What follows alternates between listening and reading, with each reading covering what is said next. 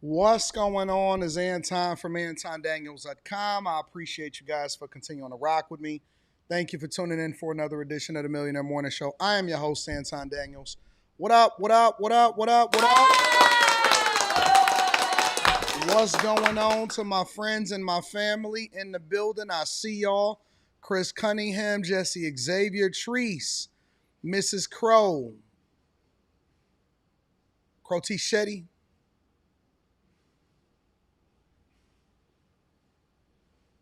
I've been saying that wrong. Miss Crochetti? Maybe I should say Miss Crochetti. I've been saying that wrong. What's up to all of my friends and family? I appreciate y'all. We in the building. It is Friday, August 21st, 2026, year of our Lord. And I just wanted to kick back and chill with y'all a little bit more. I wanted to spend Friday back in the usual space since we were spending all of our time over there inside of the ESPN room. And this is to make sure that I give Kay Cooper what she wants, because I know Kay Cooper likes this background, and there are several people that miss and like this background, even though the ESPN room has been popping. And so we want to make sure that we give the people everything that they want. What's up, family? What's up, y'all? How y'all feeling today?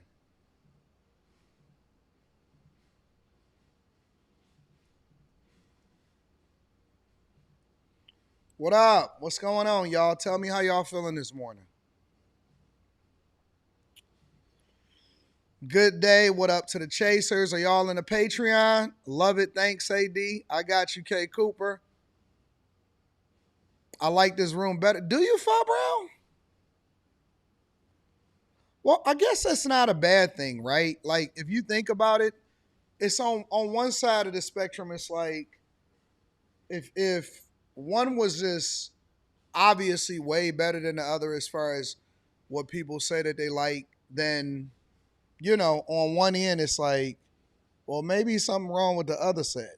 But the fact that y'all like both sets the way that y'all like them, I actually look at that as a compliment. I don't look at that as a bad thing. Some people love the ESPN room. I think it's just familiarity, to be honest with you. I don't think it has anything to do with whether one is better than the other one per se. I think it's more or less about familiarity. What's going on, friends? What's the word? You know what? I'm so used to seeing this there. Let me move this around real quick. Boom.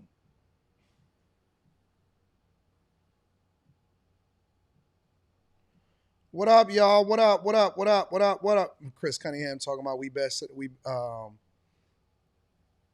to the best background. How did y'all like the show last night? I thought it was cool and like kind of a vibe. I was chilling. I was having a good time. I think that everybody kind of had a good time. It was kind of a throwback show yesterday where it was like, I don't know, it just seemed like everybody was in a good mood.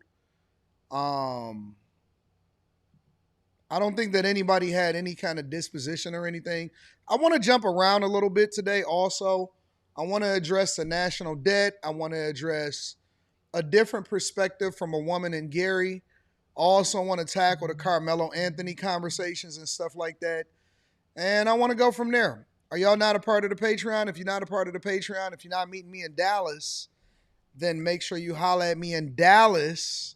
And I think that we're going to have a good time in Dallas roughly about a month from now, to be honest with you. So we're going to be in Dallas hopefully popping a couple bottles or so. Maybe not. maybe, maybe not. We're going to be in Dallas, baby. Yeah, it's going to be a good time, man. And you know what the Patreon meetups are? They're a good reason or a good excuse to get people out the house.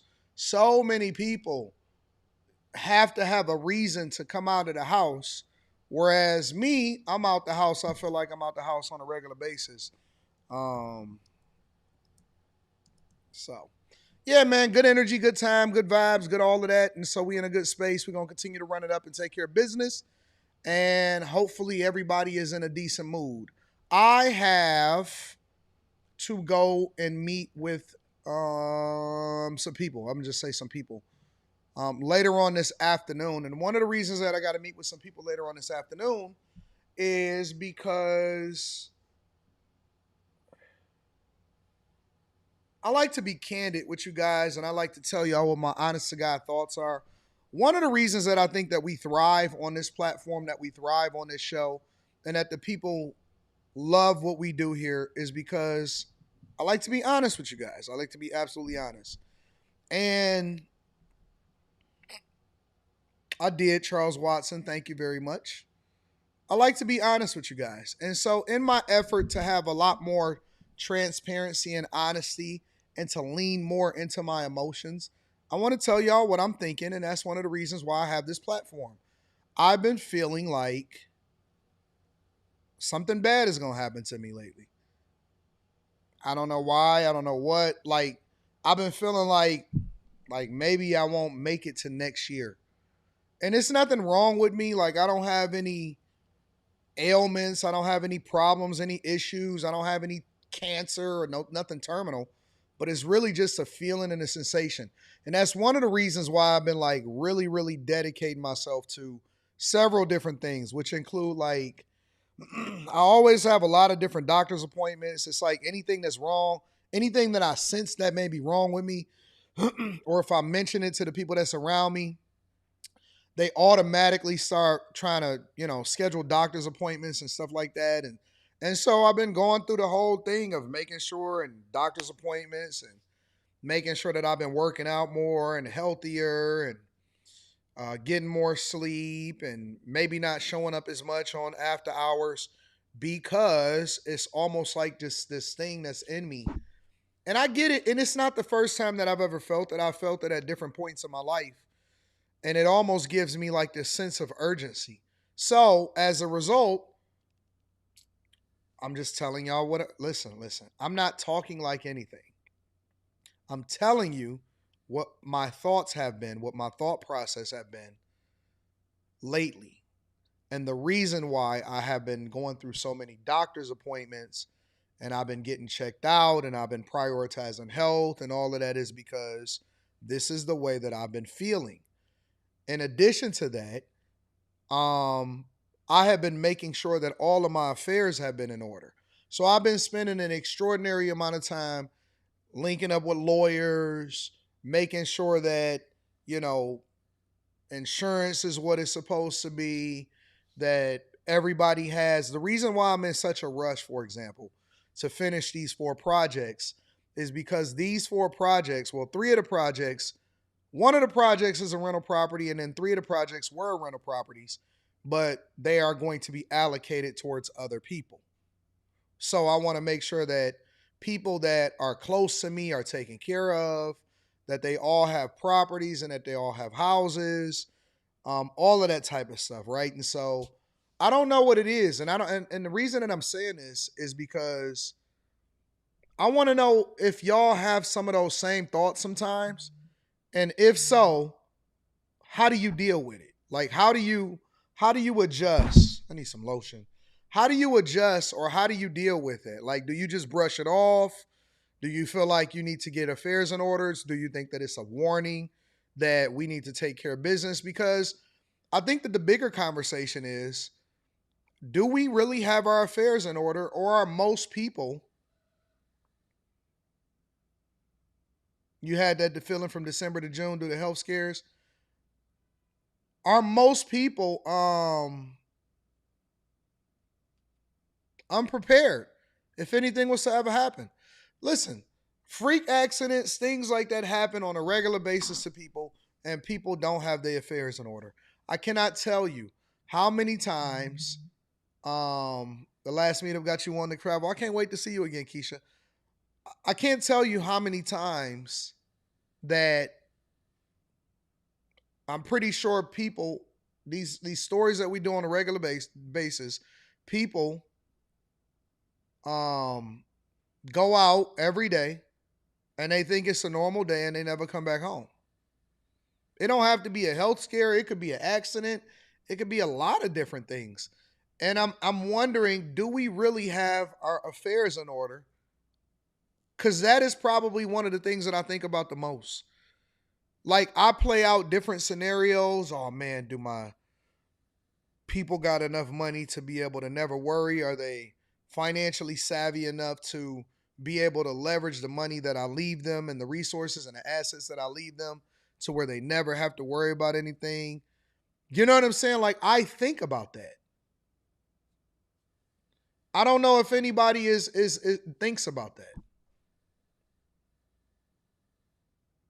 And it doesn't mean that you shouldn't take care of business. Yep.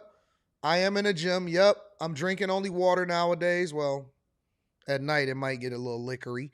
But I wonder if people think about that. Like, I wonder if we really, because I just think that we don't have our affairs in order the way that it's supposed to be. Is it a thing that we feel because we getting older? Is it like, what is that? What is that feeling to where it's like you're not sure what the long term? Yeah, I agree. Bikes, realizing your own mortality sometimes is terrifying for a lot of people. Not for me. I'm not afraid to die. Um, I think that my concern is more or less being afraid that everything is not what it's supposed to be, or that I didn't do everything that I needed to take care of for the people that I love. And that's one of the things that I hate about myself. I hate that. I hate it. I hate it.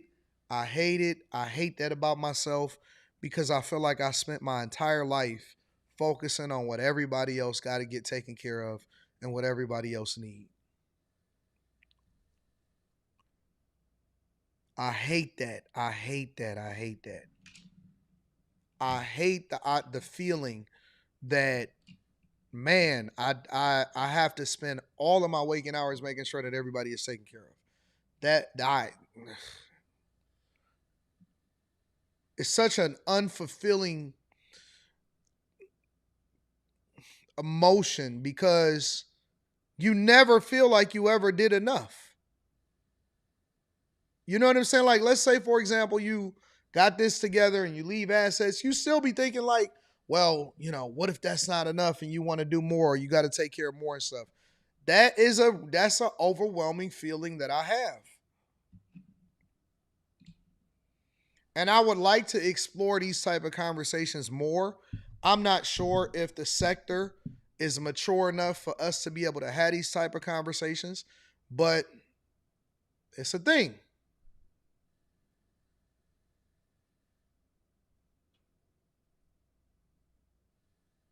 It's a thing. So, anyways, I just thought I'd share that with you guys because, again, I think that um,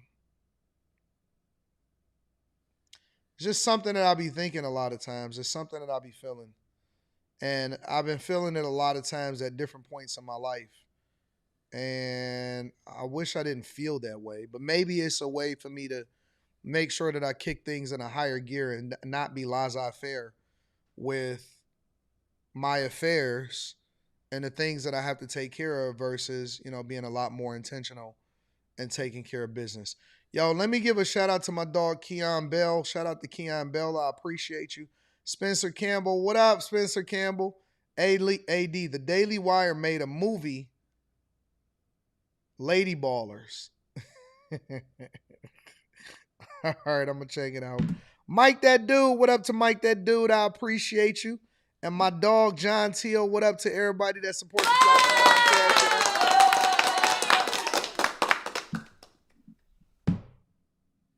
Thank you, Azriel. That's a part of growing up. Try not to shortchange a good character. AD, you're just a good guy. Thanks for sharing. Always good to think. Hey, and let me say this also to my fellas. Ladies are a lot more intentional with it. Fellas are a lot less. And I know I mention this every once in a while. Go to the doctor, bro.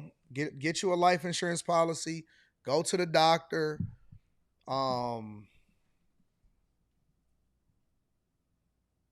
let people help you.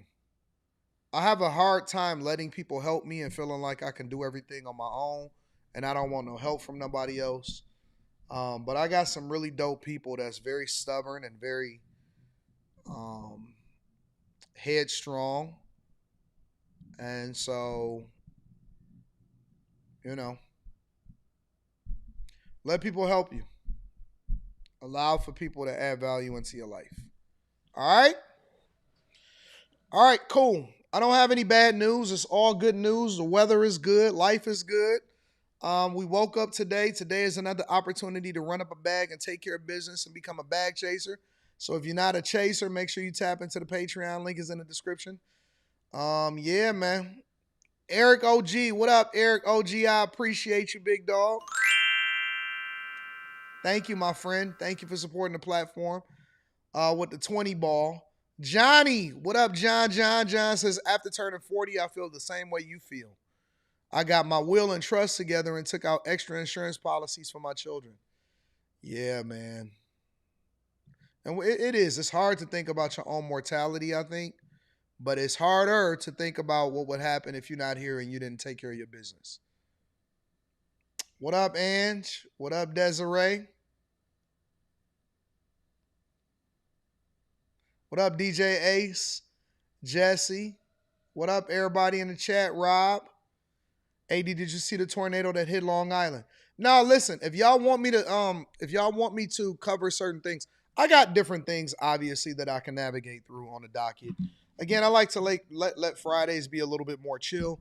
If y'all have anything in particular that y'all want me to cover, or if it's something that y'all feel like would be a good conversation, let me know inside of the chat. The chat is my co-host for the show. Yeah, man. Somebody said man, get out of here, bro. Milk thistle. What is milk thistle? I've never heard of that before. Never heard of milk thistle before. Tornado? You 67? Shout out to Lonnie, the 67. Shout out to everybody, man. Shout out to everybody. It was a tornado this morning. Let me see what this going on. What y'all talking about? Tornado this morning. Welcome to. Take a look at the scene. Tornado on Long Island.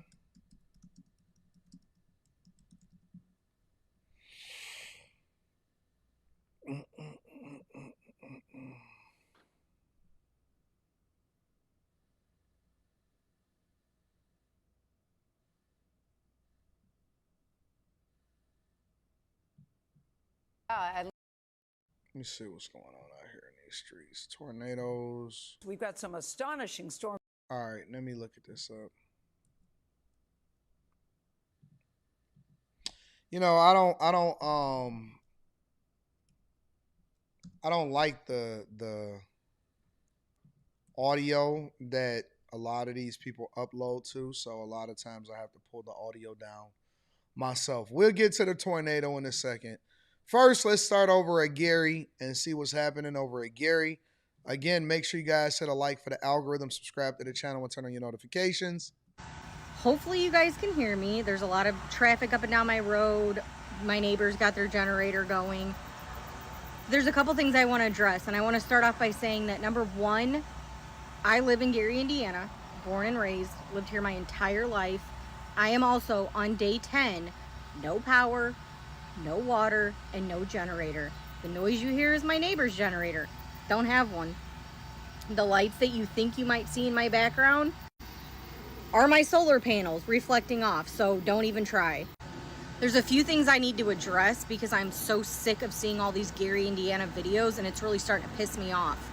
So number one, we are day 10 with no power, no water, okay?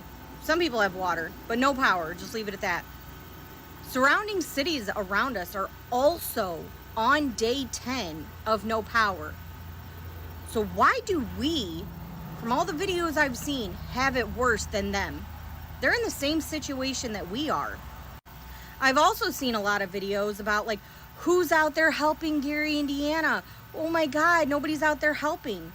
The things that you're not seeing posted, probably for good reasons, because I've seen a lot of GoFundMes out there from people in Gary One girl in the last 10 days up to almost $15,000.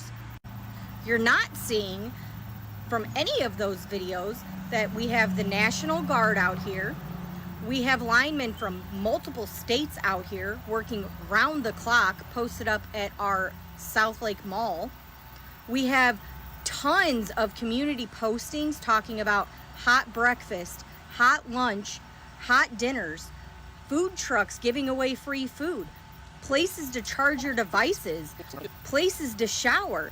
Why is nobody posting about that in Gary, Indiana? Let me tell you why, baby girl. All right? Let me tell you why. And I hate to be the bearer of bad news or the reality checker here, but I'm gonna be absolutely real with you. I don't feel like mincing words. Um, I think that the reason why they are checking for you is because you live in a poor area.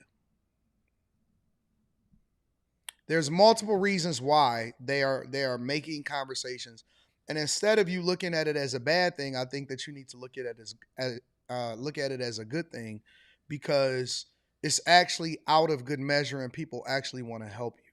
So while there are other communities and towns that are also affected, that are in the Chicagoland, Northwest Indiana space, Gary, Indiana is largely regarded as one of the poorest and hardest hit economically places in the United States of America. And so as a result, people tend to be a lot more concerned and or speak up a little bit more, because in most instances, historically, places that are a lot more affluent or need a little bit more resources are usually the ones that they prioritize first. So, when people bring visibility to an issue, or when people bring visibility to an area, while you want to sit and say that you guys are not victims, 10 days, almost 2 weeks without power is very, very much an impactful thing.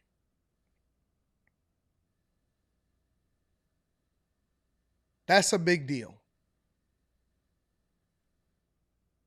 That's a fact. Your car says you don't feel bad for rich people. Facts say they just take it and keep moving, because the people who need electricity for medical reasons don't care nothing about what she's saying. I've seen a bunch of videos now that are starting to pop up of people that are addressing Keith Lee, for example, is saying that, yo, we need to go and help Gary, Indiana. Here's a better question that we should be asking ourselves. Why are people that are and I'm not saying that she's poor. Why are people that seem to be in the poorest areas, or the areas that are the worst, usually the ones that have the most to say, or they always are the ones that are, like I don't understand that. I don't understand that. We're not talking about people taking money from, or people unnecessarily getting resources, or having children out of wedlock, or getting money from food stamps. We're talking about a national disaster. We're talking about storms that absolutely devastated the area. And so usually people want to, or people think that it's necessary for you to go and help the hardest hit, or the ones that are least likely to have the resources to be able to make the adjustments to whatever the circumstances are. If you are looking at an affluent area, most of the time they're not the hardest hit. They can leave, they can go and get a hotel room. A lot of times they're not even tripping about what's going on. They look at it as an opportunity to get a vacation, all of that type of stuff. If somebody is stuck in their homes, if people don't have food and resources, if businesses are 100% hit, if you was living paycheck to paycheck, then usually we would want to be more concerned about the people that are the most vulnerable, right?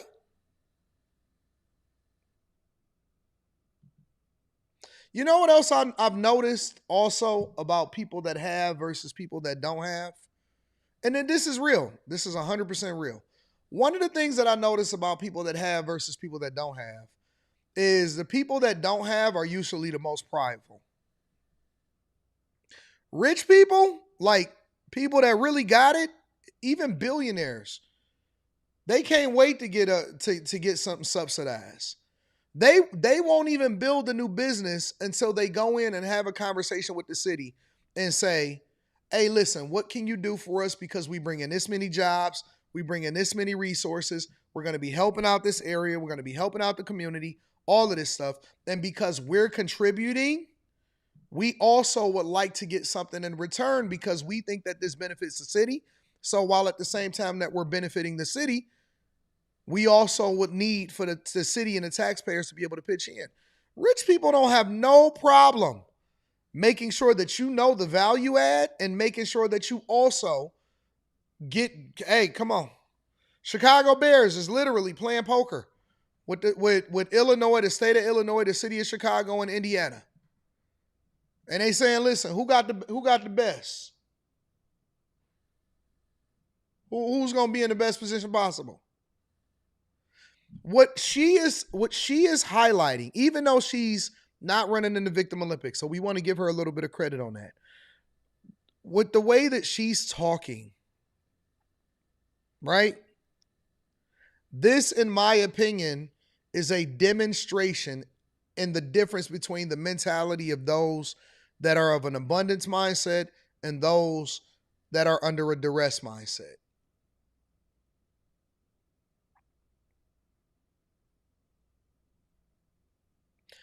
Why would somebody make a video knowing that there's almost 2 weeks, 2 weeks is a lifetime without power? In one of the most deprived socioeconomic areas in the country. One of. And to basically be saying, why is everybody bringing visibility to us? Instead, no, bring visibility to what we talking about. What you talking about?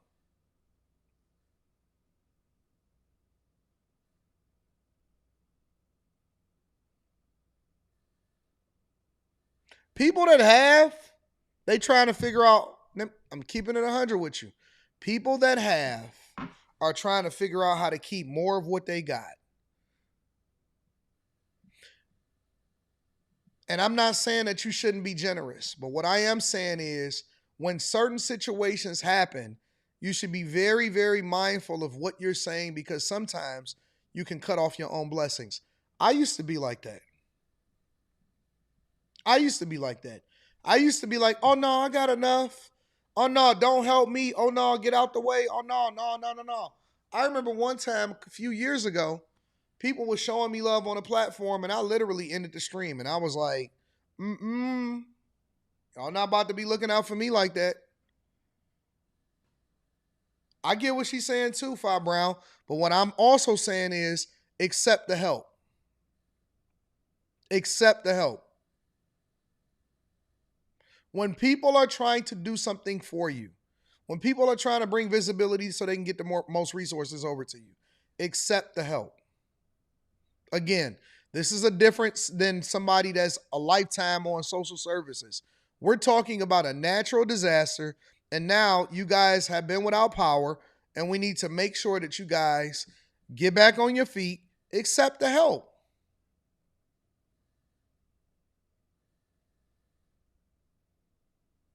Why are you sitting in the dark saying why people bring invisibility to us? Bruh, my power went out for one night and I was on some, hey, listen, can we hurry up and get the power back on? When is the power gonna be back on? That's what I was on. Yo. I mean, sure you can take a guess. I've also seen many videos, people talking about, oh, it's so scary out here right now. People are breaking into homes and NIPSCO trucks are being shot at or caught in the crossfire and generators are getting stolen and it's just terrifying and here's my GoFundMe. But what they failed to mention is that this blackout has nothing to do with that. Because the people in Gary, the bad ones, rob, steal, shoot, break into homes every single day. And they have for years. And also, If you look through Gary, Indiana, there's so many amazing people, hardworking, trustworthy, people you don't even know that would literally give you the shirt off their back. So I'm not talking about those people. I'm talking about the ones that vandalize their city, throw trash all over their city, rob their city, destroy their city, don't give a shit about their city, but expect somebody else to. They're also not mentioning in these videos how these linemen are out here from here and out of states that are working round the clock, 24/7. Listen. Some of them don't even have power themselves. Don't feel sorry for linemen. Let me say this. I told y'all one time when I was in D.C., right? And I stayed at MGM National Harbor. And it was like a weird bet. I was at the craps table and I had lost. And the person next to me, or somebody, it was somebody that was betting $15 here, $10 here, whatever there, right? And the people, the lady was like, "Oh, I'm sorry." And I said, "Listen, I'm going to be honest with you. Never feel sorry for rich people. Don't feel sorry for rich people. I don't know what this pride is. I don't know what this is. Listen, linemen are getting the bag. They're not there and working 24 hours around the clock because it's, and don't get me wrong, they're needed. We love them. We think that they do a great job. 9 times out of 10, it's a man up there doing what he got to do. But please, don't feel sorry for the linemen that's from out of town or the ones that are there that are working around the clock. Guess what they are doing? Making a bag. They getting paid. They getting overtime like crazy. I don't know a lineman that doesn't make well over 6 figures. I don't know a lineman that doesn't make well over 6 figures. They are getting to the bag. They are getting paid. All right? Away from their families, barely getting any sleep to get us power back. All while people in Gary, Indiana are shooting shit up, cussing out the workers, treating them like shit, but still expect them to turn our power on in a timely manner.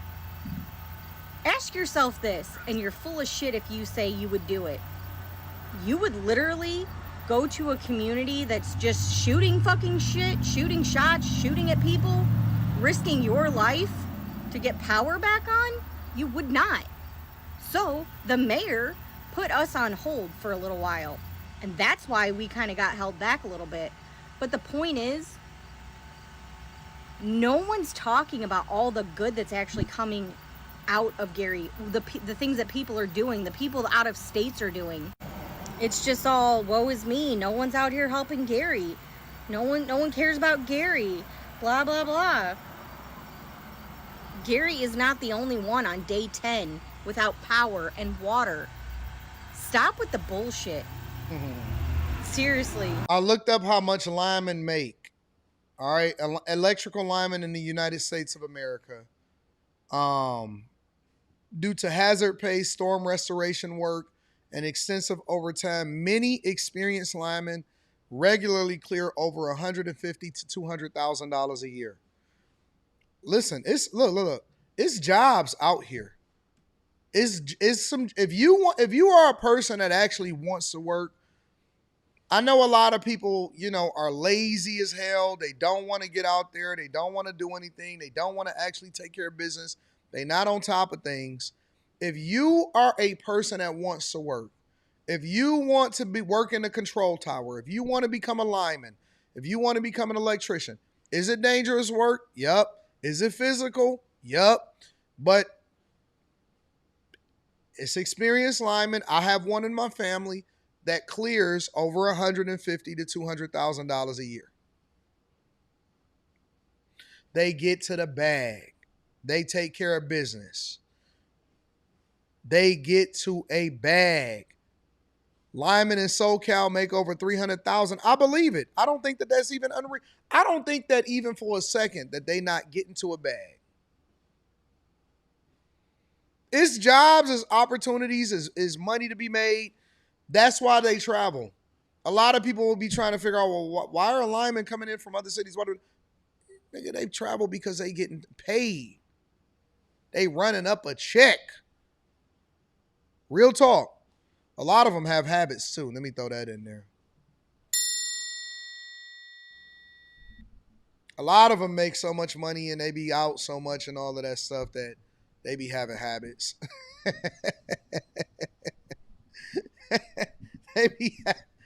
Yes, they do. Linemen, oh man, they be having habits.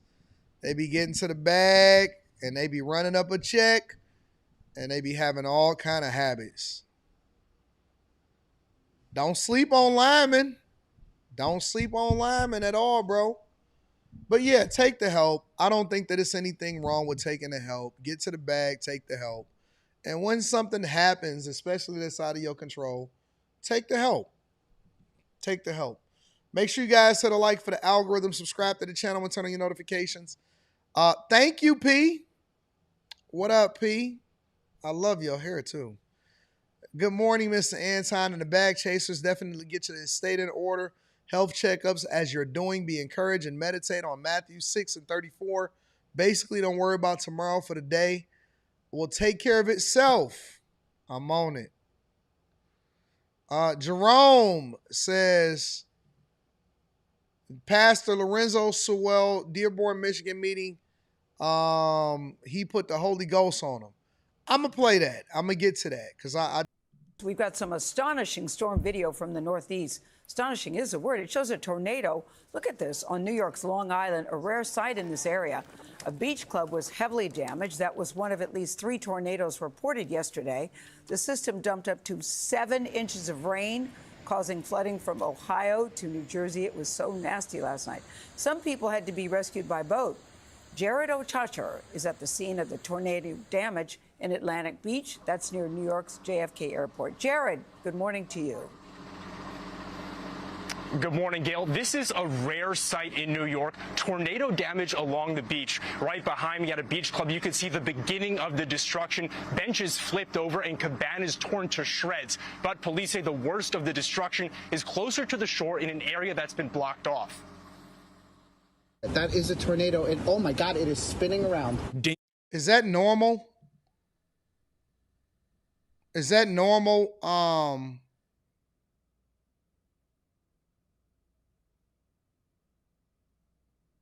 For tornadoes to be over there in not Orange County, in Long Island. I don't know if that's normal. I'm trying to figure out if that's normal.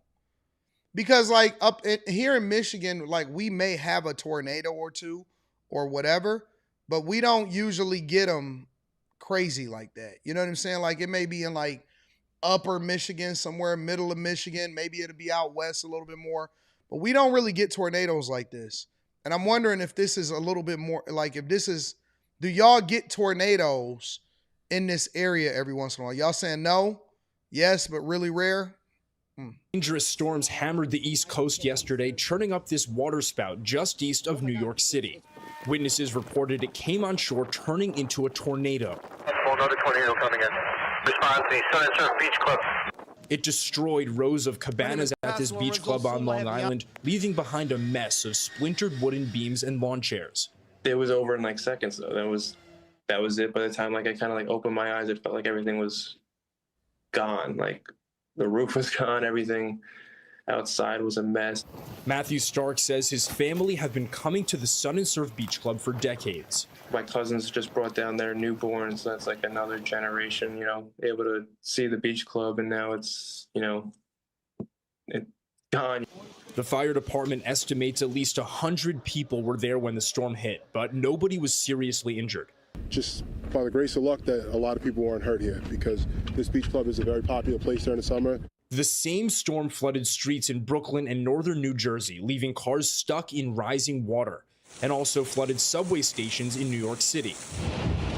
The severe weather stretched south to Dover, Delaware, where a confirmed twister ripped the roofs off motels, took down power lines, and littered streets with debris. When it started raining, we started seeing like pieces of buildings flying, and then we ran in the bathroom because we were scared. Another suspected tornado in southern Pennsylvania tore the wall of this building down and ripped apart the roof of this high school. The beach club is closed in the meantime while workers clean up the mess. And this is the first tornado that the area has seen in 5 years. Vlad? All right, nice job, Jared Oshasha, reporting for us. Nice to have you on CBS Mornings. Thanks so much. And more storms are likely on the way. CBS News New York chief weathercaster Lonnie Quinn is here to show us what to expect. Lonnie, always good to see you. Nice seeing you, Vlad. You know, we heard from that young woman in that piece by Jared. She said, we didn't know it till we just ran into the bathroom. If your home doesn't have a basement and you have tornadoes in your area, that's where you go. And you go into a bathroom. Now, New York was not alone yesterday with the severe weather. I mean, look at this. Over 150 severe weather reports on the eastern half of the country. Tornadoes popped up in Delaware and Pennsylvania, down around Alabama as well. For today, what we're going to focus on, 2 systems, one around Chicago, the other for the Carolinas. Anything shaded in yellow, it's a 2 out of 5 risk for either damaging wind gusts, 60 miles per hour or stronger, flash flooding. That's a possibility as well. Speaking of flash flooding, I want to focus on the area, anywhere from the Carolinas up to about Washington, D.C. Any flash of red you see could be a potential 3 to 5 inches of rain, so that would be a problem. Otherwise, it's the heat that we're watching. It's been such a hot July, a hot August now. Let's just look at Phoenix. Phoenix 112 today. Do you realize Phoenix could have 3 more days where it's 110 or more? Typically, they get 21 for a summer. They're at 31 right now. I think you're going to see 7 in a row where they do not go below 110 during the afternoon. Guys? Oh, my gosh. Yeah. So it's major tornadoes that's basically destroying everything and everywhere. New York is suffering as a result of it. Let me ask y'all a question again.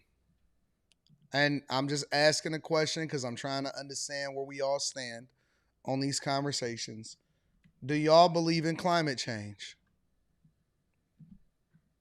Do y'all believe in global warming? Do y'all believe in do y'all believe that humans on this earth are significantly affecting weather? Or do y'all just see everything as normal? This is just the way that it is. Climate is continuously changing. And I asked this question because I think that the last time that I asked this question a few years ago, people all were telling me that, nope, all of that is fake. Nope, all of that is not real. All of that other type of stuff. But I tend to see things becoming more extreme every single day. Somebody said global warming is fake. How? Why? Why is it fake? What's fake about global warming? Y'all don't believe that the methane that the methane gases is directly affecting our weather? Y'all don't think that we're heating up the earth hotter than it usually is?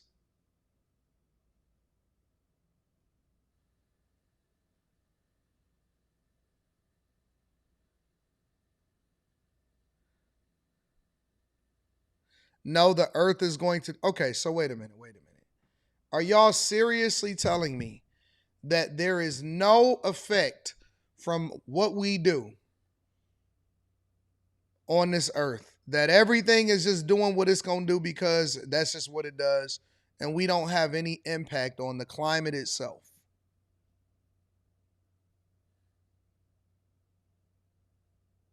I honestly, I just don't believe it. There's no documented evidence of global warming. People are just claiming it. Come on, man. Seriously? All right. Let's try a little bit of something here. If you are a person that actually does not believe that climate change is a real thing, because I don't know. You know what I'm saying? And I'm not interested in debating, but I am interested in finding out. Because maybe I'm not as aware as I need to be. If you are a person that believes that it doesn't exist, it's not a real thing, I would love for you to call in and educate me. You don't have to cam up. You don't have to get on the panel. You don't have to do anything. But if you have a decent connection and you want to call in, tell me why climate change isn't real. I would love for you to call in and tell me why.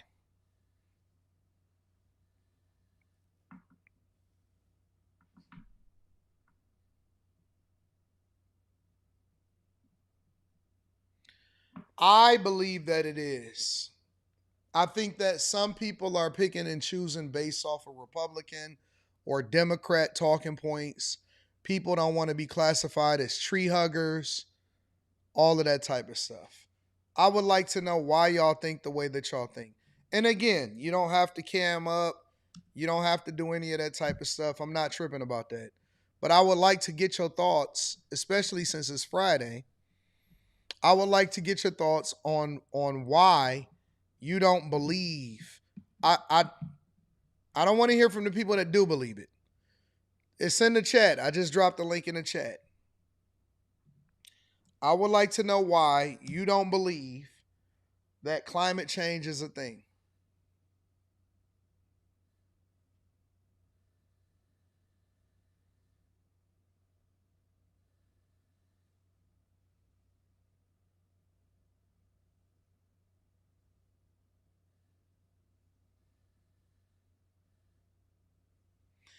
Somebody says human impacted climate change is a grift.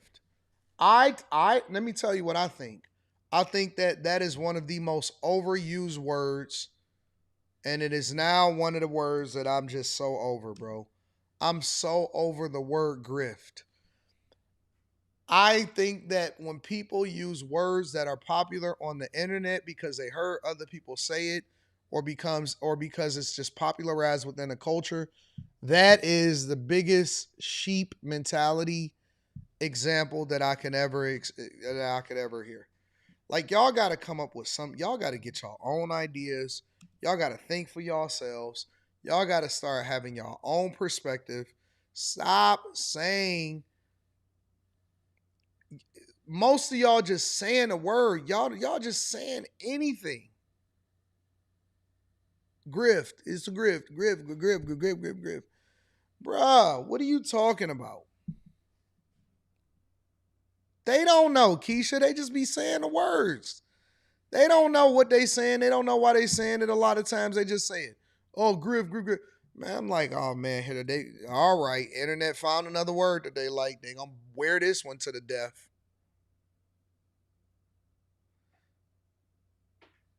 They're gonna wear this word out. It's a grift, the grift word.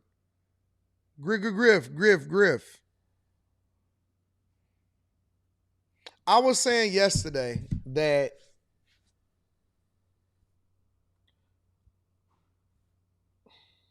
the biggest way that you should prepare for this type of stuff is to get you a bag, and I think that we need to start making adjustments. Honestly, I think we need to start making adjustments. Like you know how we standardize how we build houses based off of what's going on in the culture or in the community or different things that's happening at that particular time. I think that's what we have to do. We have to start making the adjustments. What's going on, Caps? How you feel?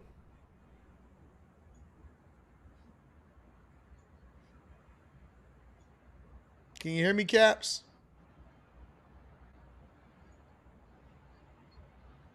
Caps 1212. You live, bro. Caps, you live. Caps, you just muted yourself. You don't have to mute yourself. You can unmute yourself. You live, bro.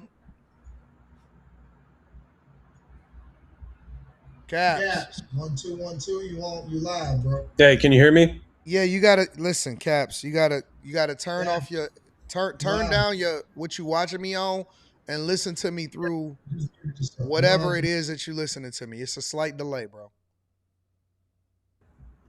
For Okay. anybody that calls in, So, Caps 1212. You live, bro. hey, can you hear me? Yeah, you gotta listen, Caps. You gotta turn off your turn. For anybody that calls in, make sure y'all turn down y'all YouTube, and then you turn up the actual audio on Okay. the device that I'm you not an listen to. expert. So,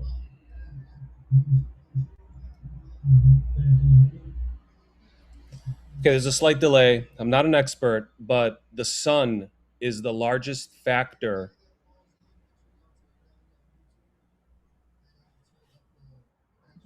Okay, I'm not an expert. Let's start over. I'm not an expert, but the sun is the largest factor of heat on our planet.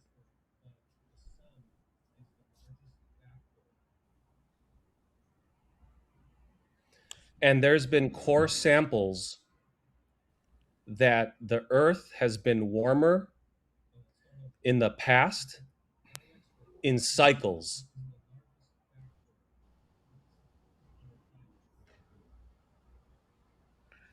Caps, turn down your YouTube and turn up the audio on the actual computer that you're talking to me through.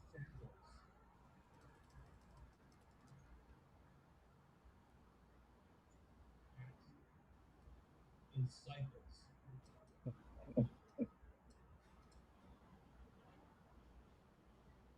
That's all I have for you. Oh, that's it, Caps?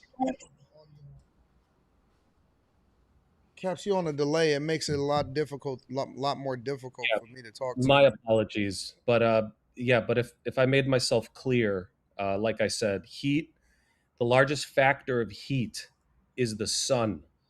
We're in the Goldilocks zone, and that is the biggest factor of heat.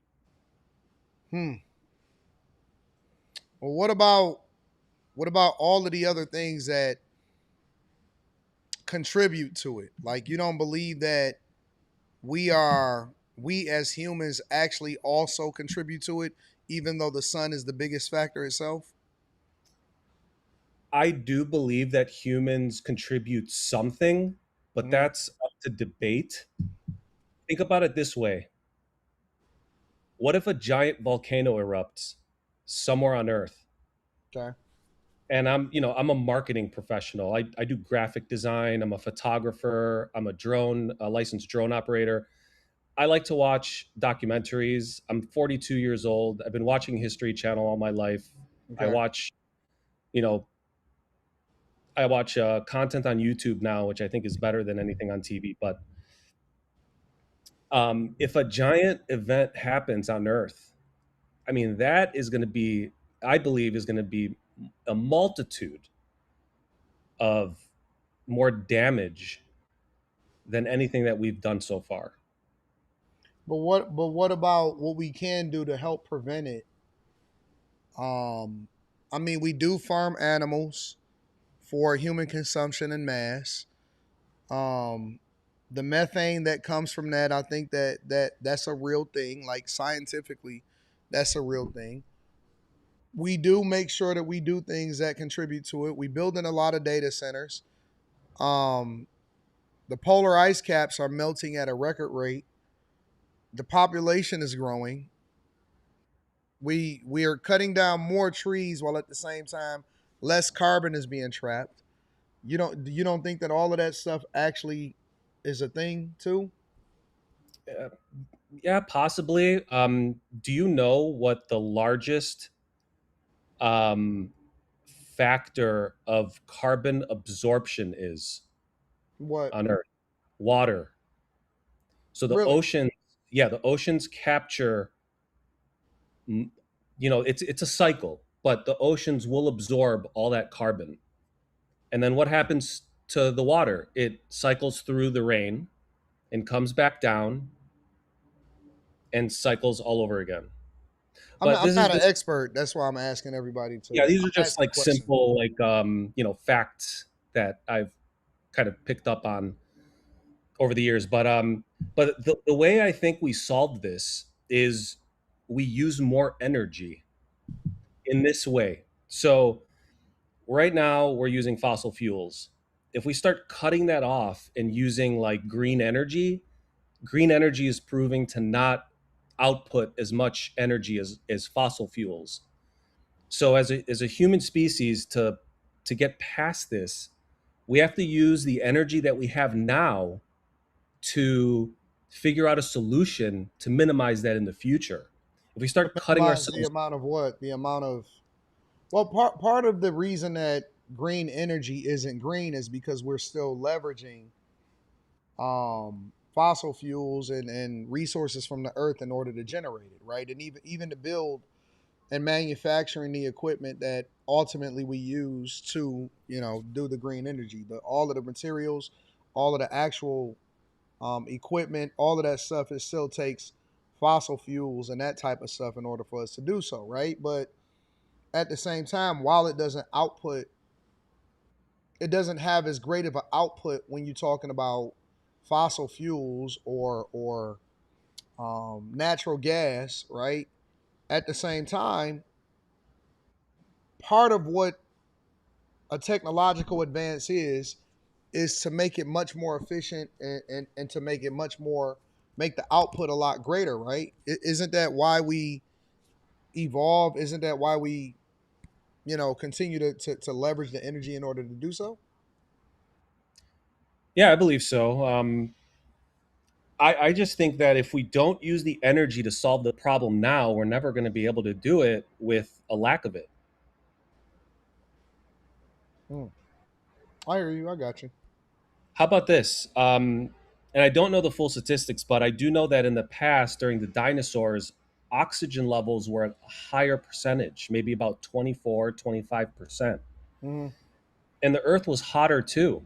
Um, yeah, I guess it's up to debate if dinosaurs were cold blooded. But if they were cold blooded and the earth was hotter, the earth is a changing organism.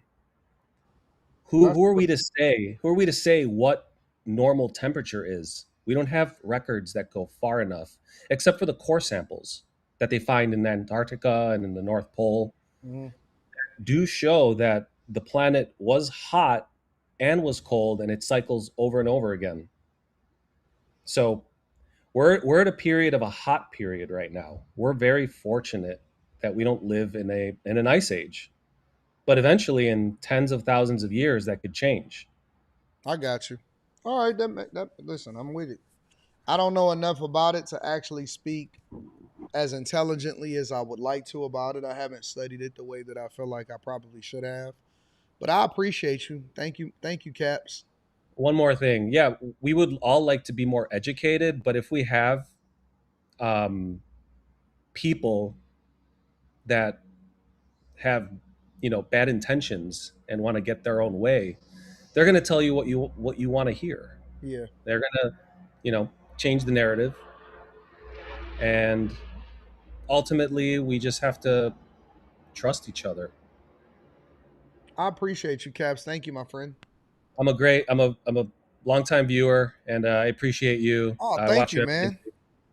And as soon as this topic came up, I'm really passionate about this topic. So I'm glad I can share this with your audience, and everybody can take a little bit out of it and do some research. Well, I'm thankful that I'm able to have a conversation with you about it.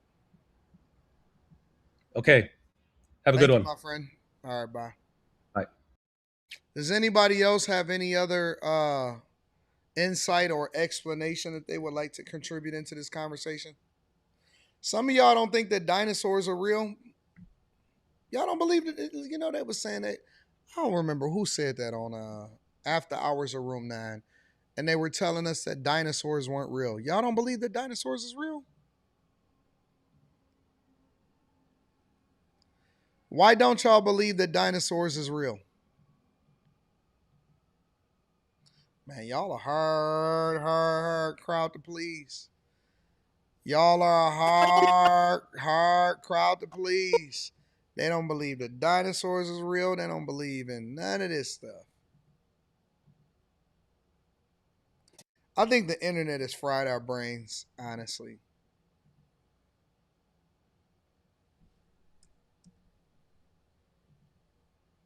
I think the internet has ruined us and fried our brains. Nobody believes anything anymore.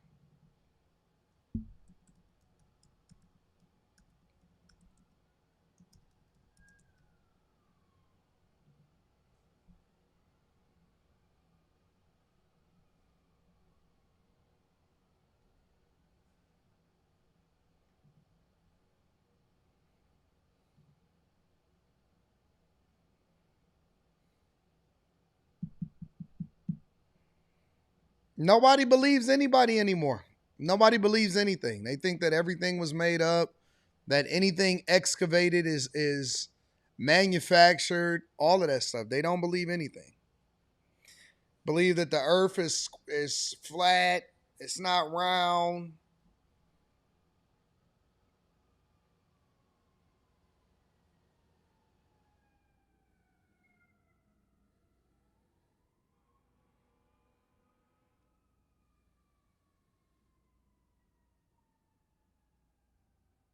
Somebody say, but y'all believe in Jesus. Okay.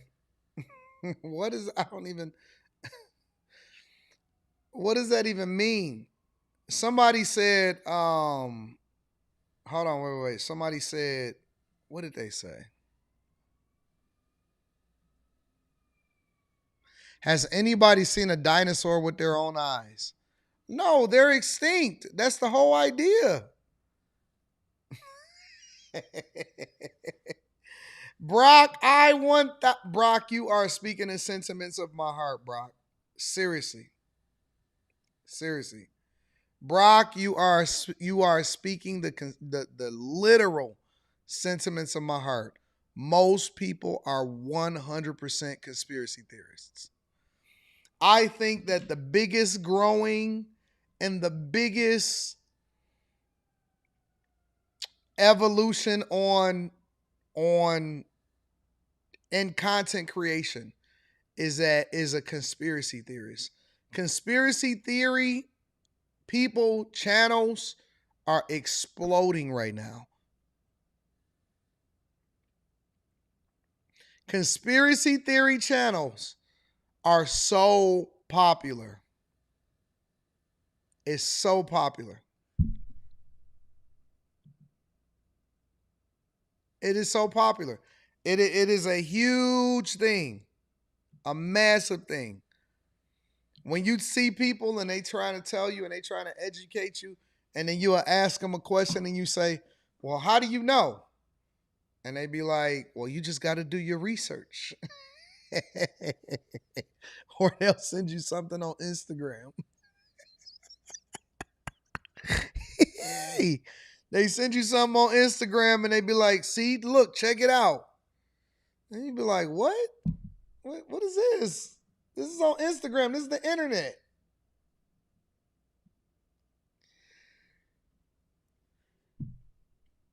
But do I blame them so much misinformation?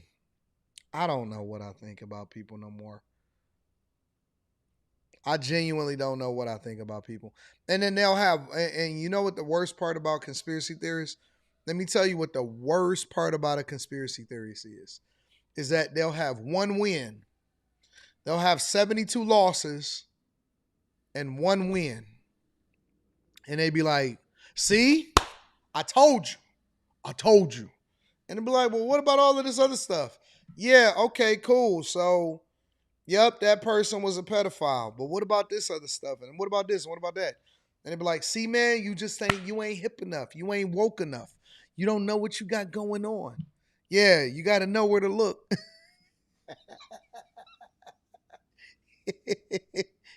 Hey. I'm going to start me a conspiracy theory channel or something like that. And I don't know, man. Or you'll see something on the internet and they be like, see, man, this is what happened. See, yeah, superfish and all of this stuff. And I'd be like, man, what are y'all talking about? Anton is blue pill. Now I'm blue pill.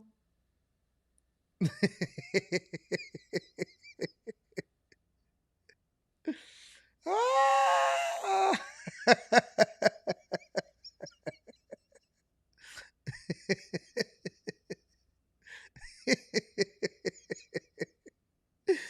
I love conspiracy theories. They are so bat crazy that it's so funny listening to them.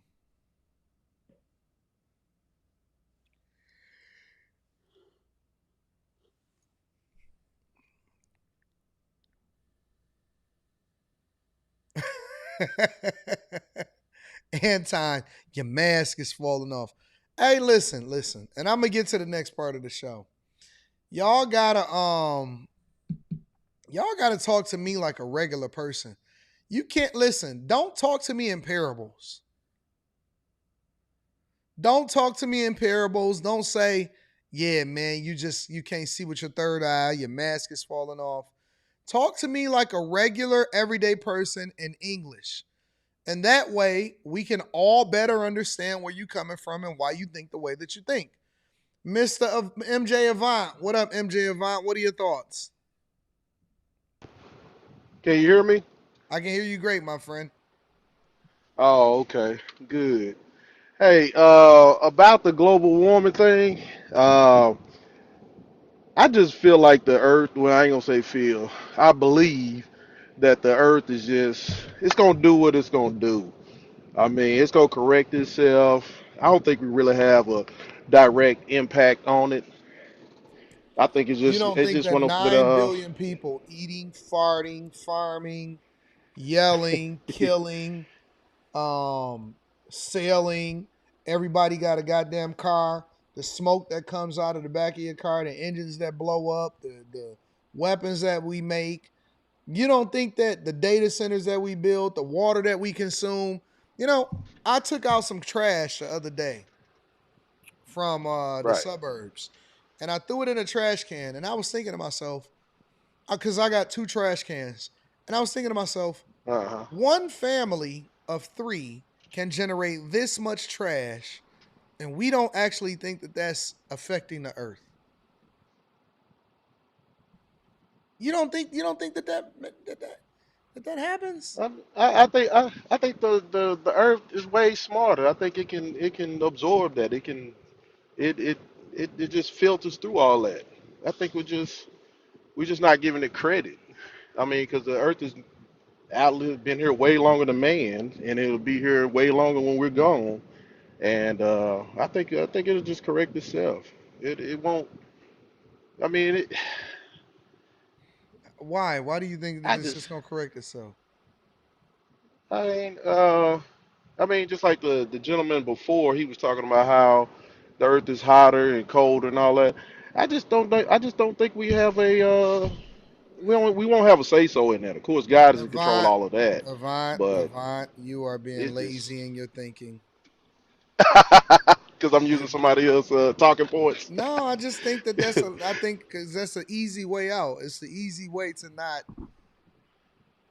explore the effect that we may have on the earth. Like So everything you just don't believe? correct itself. You know what it's that's like saying, because I always like to relate things back to men and women. That's like All saying, right. yeah, we bust her down, she'll figure it out.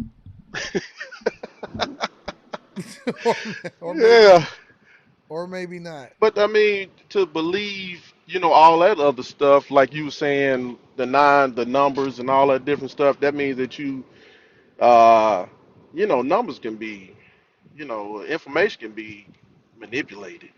You're going off of, you know, I think the numbers are not true. You know, I think it might be some of that What liberal numbers? AD in there. You Well, the don't think number you that said, so like the you, what you saying, the 9 billion. What was the number that eight and a you half put to up nine first? billion people on the earth. Right. You don't think there's that many people And on earth? I think it's way more. Way more people on earth? That's even Oh worse. yeah, yeah. Well, But I don't think they're listen, on. Avant, Go you know ahead. what we Uh huh. are? You know what we are as humans? We're What's that? bacteria. We're parasites. We're bacteria. We're an invasion. We take and we don't contribute, and we multiply, and we don't add value into the earth. I just So believe that. I believe we are literally a parasite. We are a virus that is destroying everything in our path. And now that's why we starting to look to other planets, is because we've destroyed this place so much that now we're trying to right. explore going somewhere else and destroying that too. We are the aliens. So what do you think we should do? You think we should like plant a tree or something, or just stop being disgusting, or what do you think? Do you think that would that would that would keep us here longer? And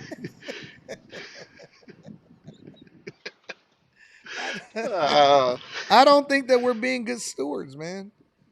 I'll tell you. Okay. Listen, I know that they like to say liberal AD. Yeah, you are liberal AD. I was thinking about. I've been looking at. I said liberal AD, tree hugging liberal AD is coming back. What's Maybe going on, AD? you know what it is.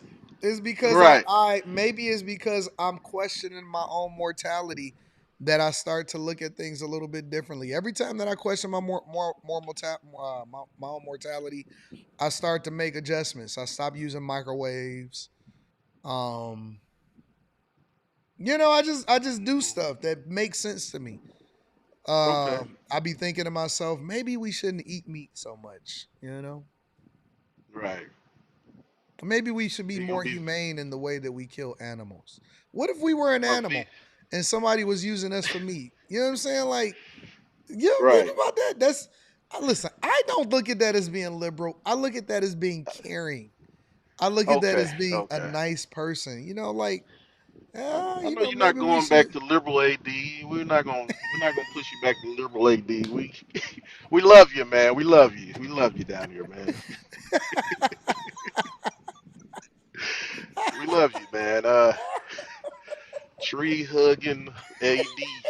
You don't think that we should No. plant more trees? Yes, we can do that if it's gonna keep us here a little bit longer, a little healthier, with the oxygen and all that good stuff.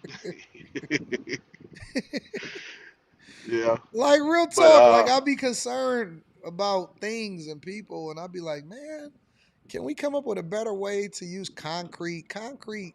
The manufacturing of mm, concrete for our own thing is not necessarily a good thing, right? no, it's not. Concrete is I mean, bad yeah, for the earth.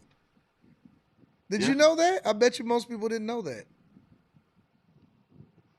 I didn't know that. I didn't know that. I didn't know. I just thought it just made the city hotter or something. I don't know. It just, you know, I didn't know. Definitely, man. You're being irresponsible, Avant. You're I being am irresponsible. sometimes. Yeah. But hey, I Oh, appreciate you answering the call, AD.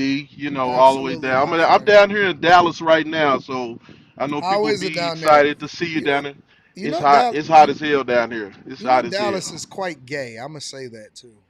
You know that, Oh, right? see. Hold on, AD. Dallas has a huge homosexuality Oh, problem, bro.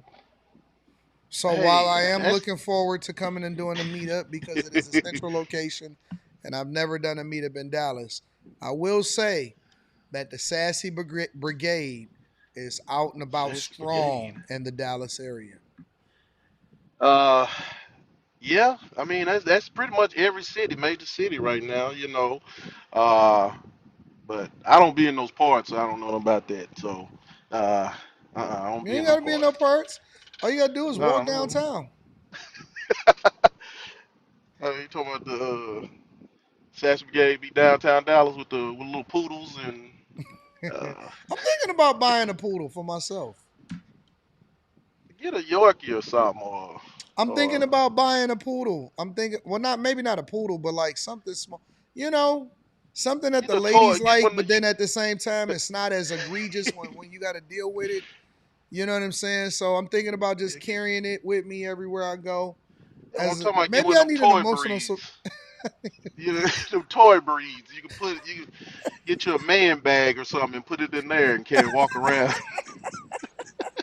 I'm thinking about getting an emotional support animal and getting a Yeah, they Louis can wear their Vuitton vest. case to carry it in. Hey, that'd be fine.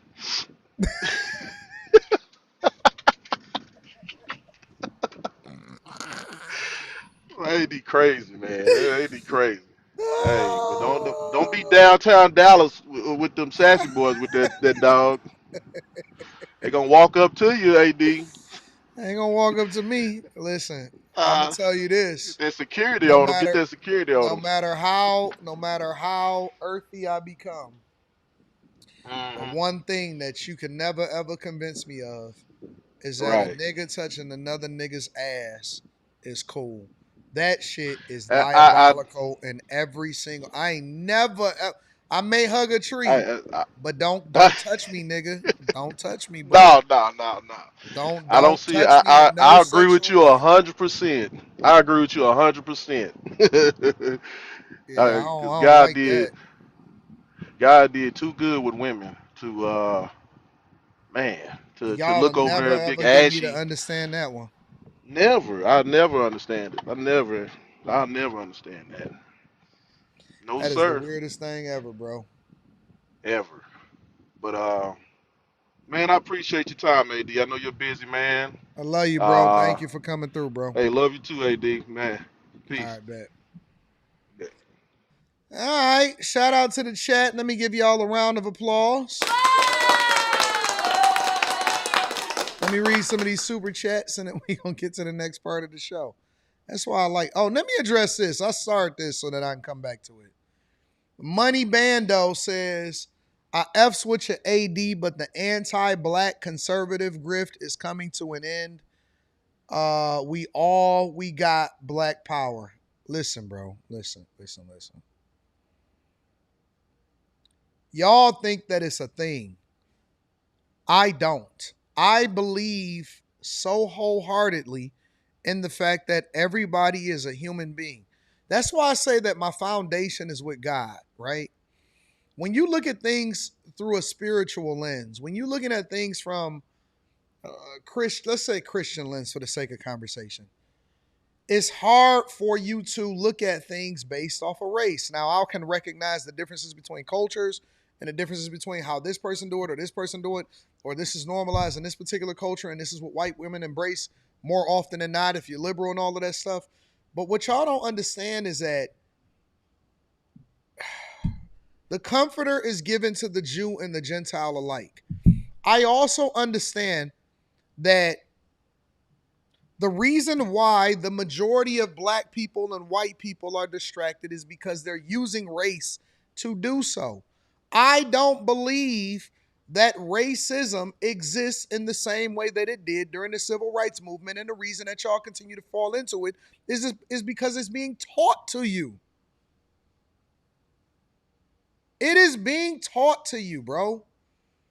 Anybody that has been to the top of the top or been at the bottom of the bottom, and you can look at it in hindsight holistically, you understand that it's two wars out here, and it ain't race. Race-based conversations are ways to keep black people poor because it's the only thing that they can focus on, and it allows for them to continue to run in the victim Olympics. It's only two wars out here. And I ain't even talking about the proxy wars. I ain't talking about no goddamn Israel. I ain't talking about no Jewish stuff. I ain't talking about Palestine. I ain't talking about Hamas. I ain't talking about none of that, bro. It's two wars out here, and it's only two. The first war is a spiritual war. It is a war between principalities and it's really a spiritual war that is happening out here, right? It's a war between right and wrong, good and bad, the devil and Jesus, Satan and God. Okay? That's the first war. That's the biggest war, is that it's a spiritual war. Sometimes we get distracted by human activities and we don't take into consideration that yes, we need to continue to gird up. We need to continue to familiarize ourselves with the word of God. And that is our biggest weapon. That's your sword, breastplate of righteousness. That's the real war. That's the first war. The second war on a more humanistic level is class. There is a class war. There is a class war. Okay? I'm telling you. This huge shit, this don't matter, bro. It only matters to people that don't understand what the real game is. That's the real grift. The grift ain't anti-black conservative. That's what you don't understand. Black people were always conservative. We were the party of Republicans. We were Republican people and we were conservative people. That's what we have always been. So it's even disrespectful to call it a grift when that is the original people. That is originally what you are. You were never supposed to be liberal. You were never supposed to be gay. You were never supposed to be homosexual. You were never supposed to be embracing these policies and this mindset that comes along with being a Democrat. That is why I call it a plantation. We are not a liberal people. We are not a laissez-faire. We are a people with structure, principles, morality, God, all of that. And the further we get away from it, the worse off we become. That's why we're worse off than we ever are. And the worst part about that is that the ones that keep y'all having these conversations are the ones that's making the most money from y'all. They the one that's getting the biggest bag from y'all.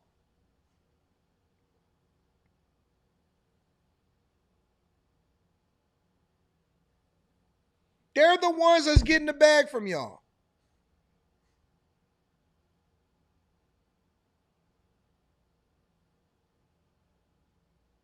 And so you keep on teaching this and pressing this into your children and thinking that that's the thing, that's the play. You're cursing your children. The more that your children see you talk about and running the Victim Olympics, having conversations, and you put that in your children, you're cursing them. You're cursing their future. You're cursing their mindset, and you're putting them on the back burner and behind the 8 ball on what success is supposed to truly look like. You can't believe.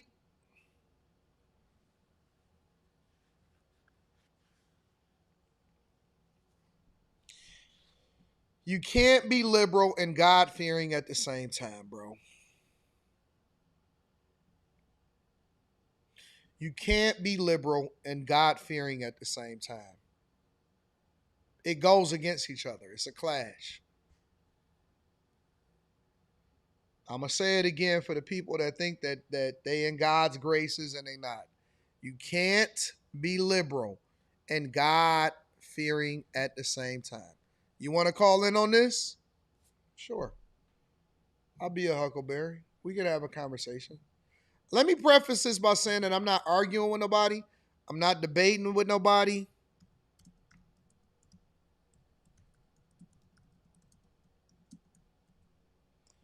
I love to get everybody's thoughts, and I'm not interested in going back and forth with arguing with people. I would love to get y'all opinion. I would love to pick y'all brain, but I am not interested in debating anybody. I'm not doing it.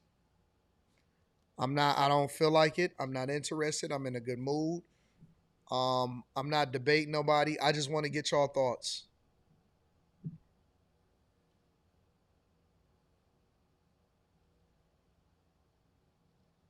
I'm just not in that space right now. Maybe next year I'll gear back up and maybe I'll be in the mood, but I don't care about arguing with people. If you disagree with me, you're more than welcome to call in. But I don't believe that you can actually be in God's will, nor are you serving God and still have a liberal mindset. I think that that's impossible.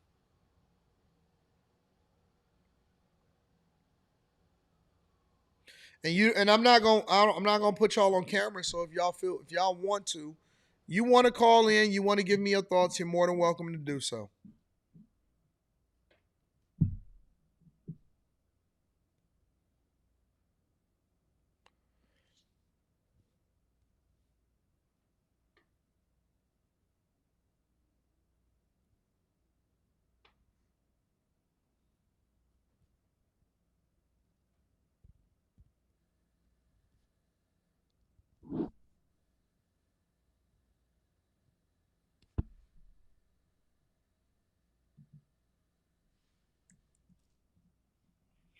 Let me go over to this next part of the show real quick before we get into it. Again, if you have any disagreements with me, you're more than welcome to be able to call in. Anton, I have friends on my Facebook that says otherwise. Well, your friends are wrong. I hate to tell you, but your friends are wrong. My name is Pastor Lorenzo Sula. Jesus did not move like a liberal. You're more than welcome to call in and give me your opinion. The honor and the privilege of being the senior pastor of 180 Church, where President Donald Trump came for his birthday weekend. It was there that I had an opportunity to pray over the president. And it was at that moment that he told me I would pray at the inauguration and I would be able to preach at the rededication.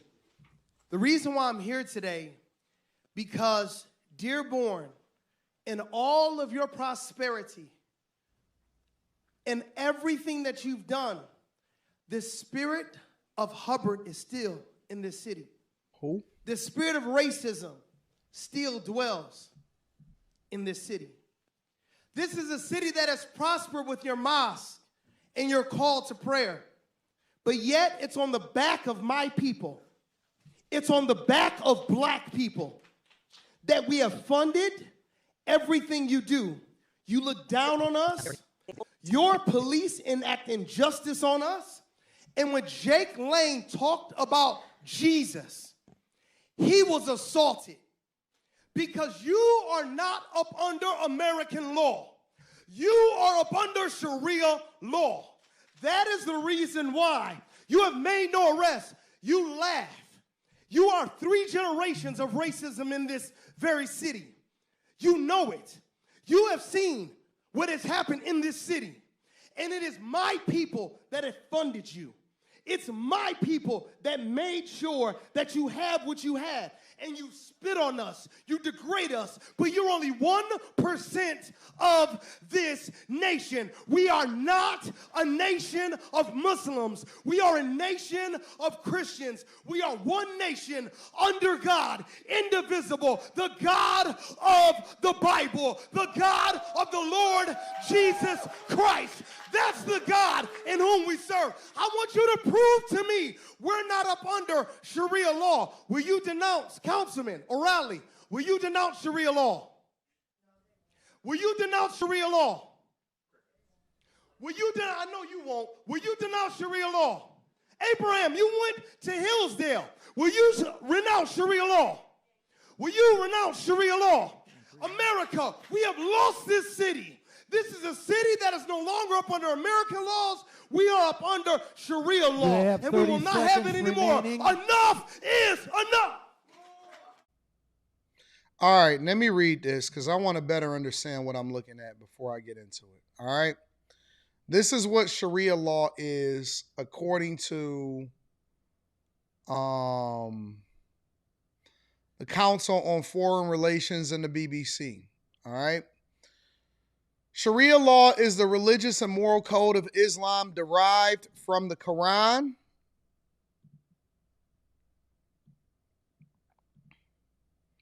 and the sayings and actions of Prophet Muhammad.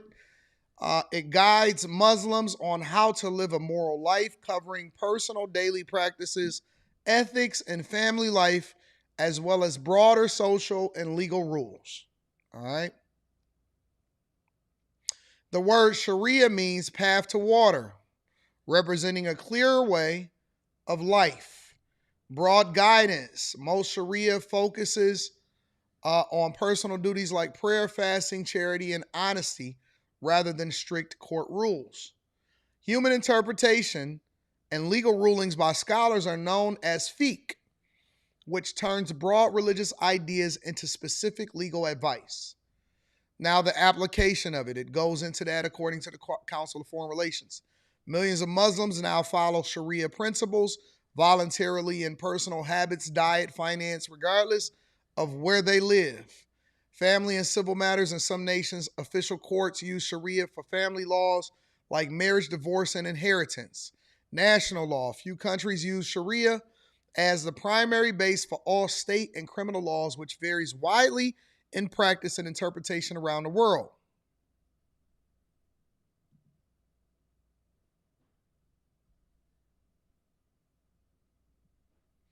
It doesn't specifically define it, though. What does that mean? Let me ask y'all a question. All right? Because I see this preacher, I see this guy, or whatever, and I see these conversations and all of this other stuff.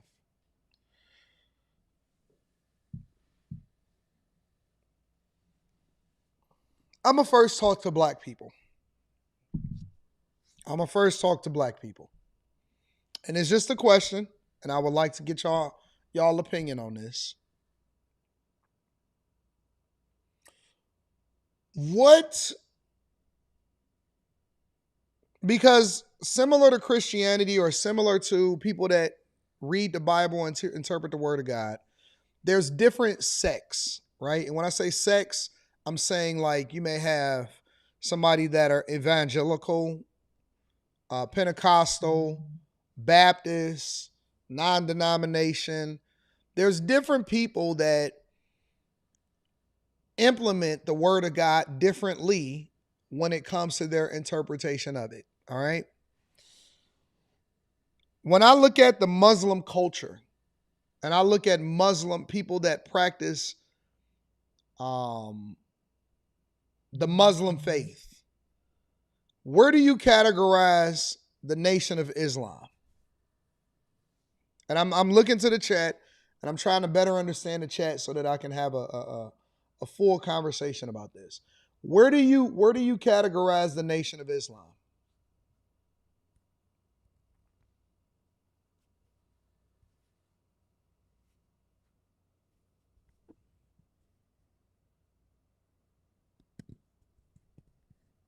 The Islamic faith, because for example, I see that it's a lot of people that are over in Dearborn and they're denouncing Muslims and they're denouncing the Muslim faith and so on and so forth. What I'm asking also is where does it fall? And I'm asking from an educational perspective, where does the Nation of Islam fall when it comes to the Muslim faith or Islamic proclamation of the way that we should go about living our lives?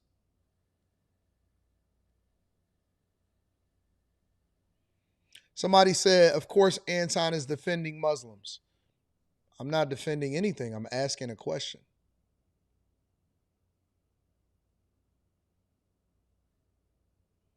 And I'm asking it for more insight because I'm trying to understand where we pick and choose how we implement or what we're defending against.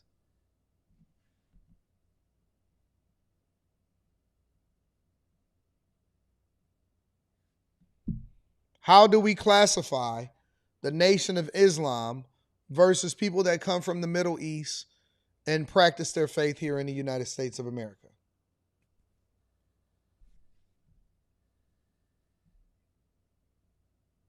Don't y'all all read the Quran? Don't y'all all go by the Quran?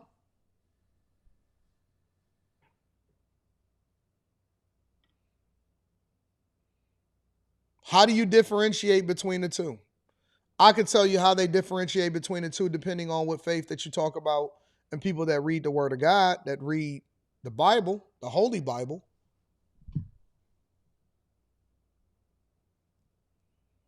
Some people like to take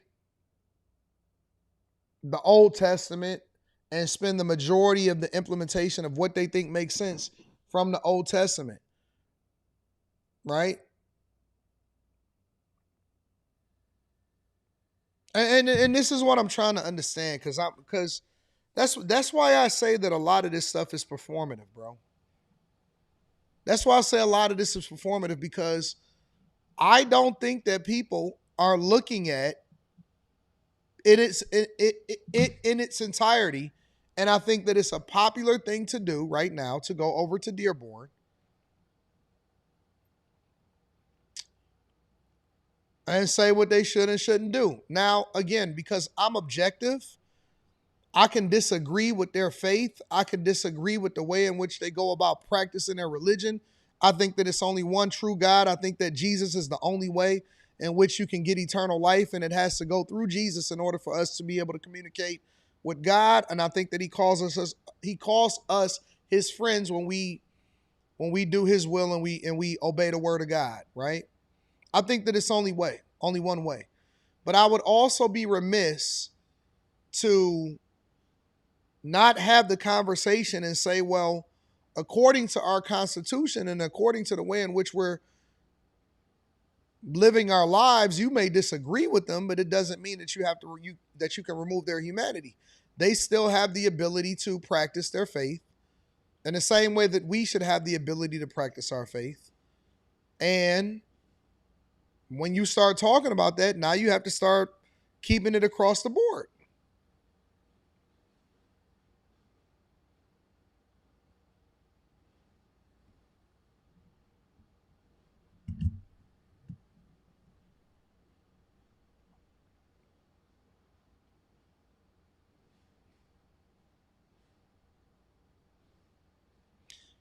Somebody said Jesus said to follow Muhammad after him.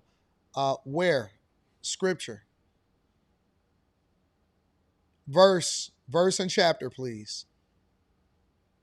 I've never heard of that in my entire life.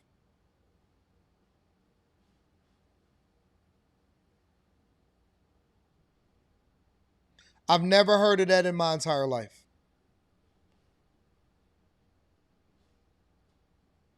Somebody said, what do you mean by where does it fall? I'm saying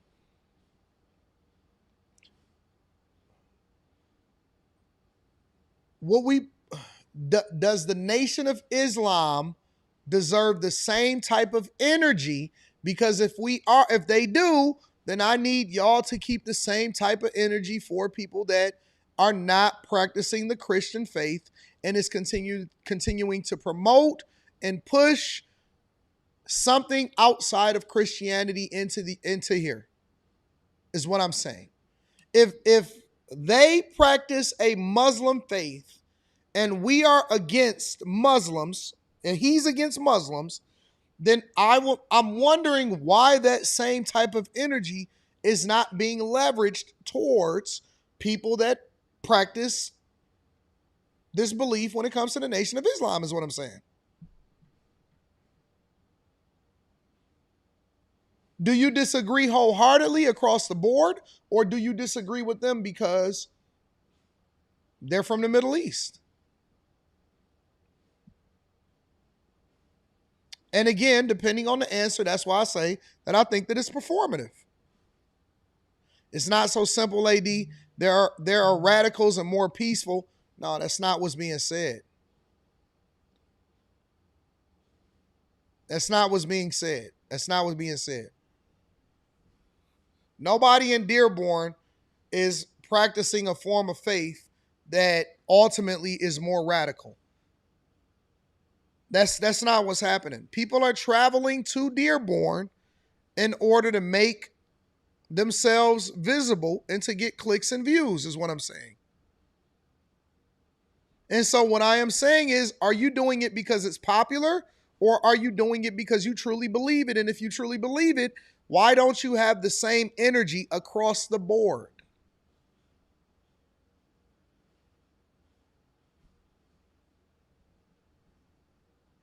Somebody said they spit on you in their land. I'm an American. I don't really care about what they do in their land. That has nothing to do with me whatsoever. I don't plan on going to the Middle East. I don't care what they do over there in their country. I care about having a conversation on what we are doing here in this country.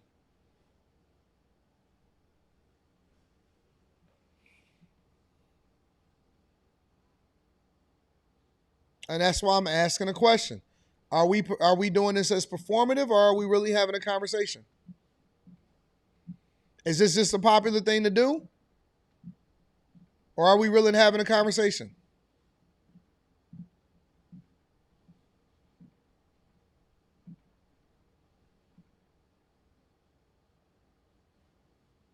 You ain't never been to Dearborn. You don't know what the Muslims are doing and what they believe.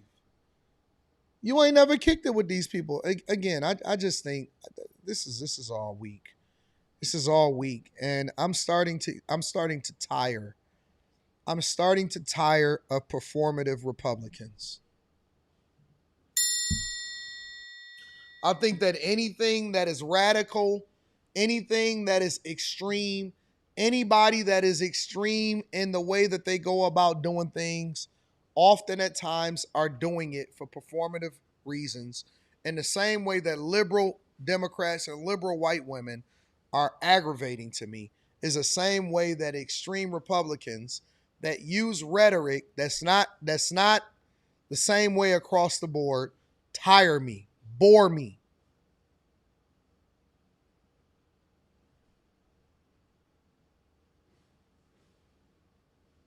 It bore me. Nobody was checking for Dearborn. Nobody was having a conversation about Dearborn in any way, shape, or form prior to it becoming popular from a couple different YouTubers that traveled over to Dearborn in order to start doing this performative crap.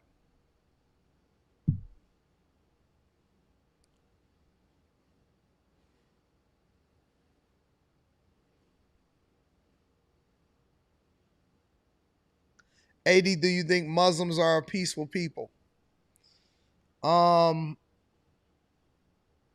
I can't say that, bro, because I think that each individual is their own person. I don't think that all Christians, people that profess themselves to be Christians, are all peaceful people.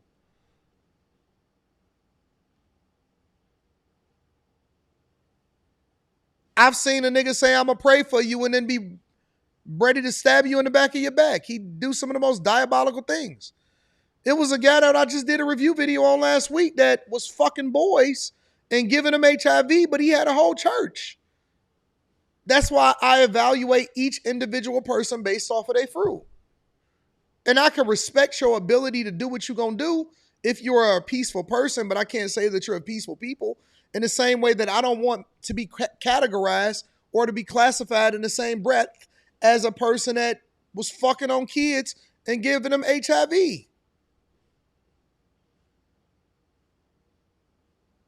I think everything is nuanced when you start to talk about that. It's nuanced. Meaning that I can't say, I could disagree with everything that you say and can pray that you open up your eyes to also acknowledge the one true God. And at the same time, this nigga's a demon that keeps saying that he is preaching and casting out demons and devils.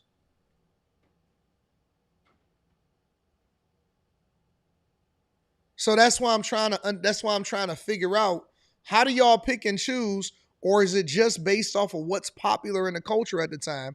And that's the way that you determine who you gonna condemn and who you gonna support. Because again, if you're denouncing the Muslim faith, then why is that not also applicable to the Nation of Islam?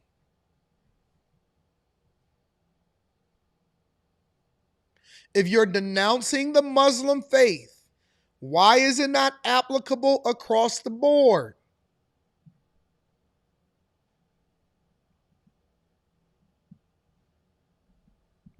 Somebody said there are radical Christians out there. They're not Christians because God said have temperance in everything that you do. Just because somebody says that they're something does not mean that they are. You can't, that's my whole point, is that you have to evaluate every individual person by their fruit. You can't just across the board use a broad brush to say whether somebody are or they aren't.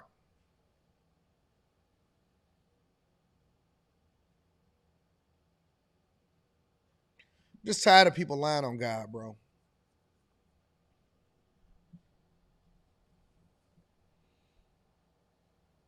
Tired of people lying on God.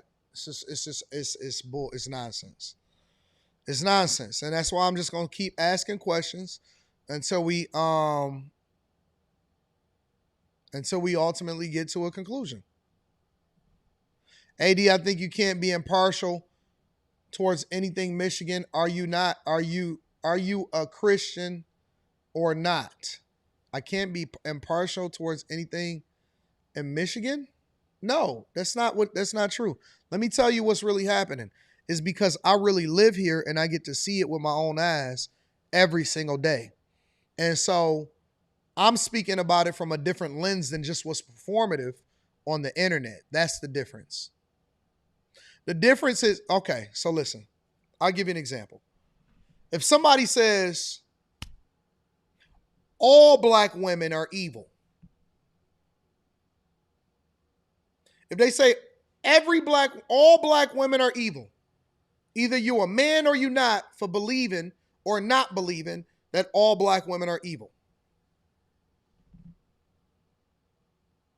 But then I also am married to a black woman and I have a black daughter, right?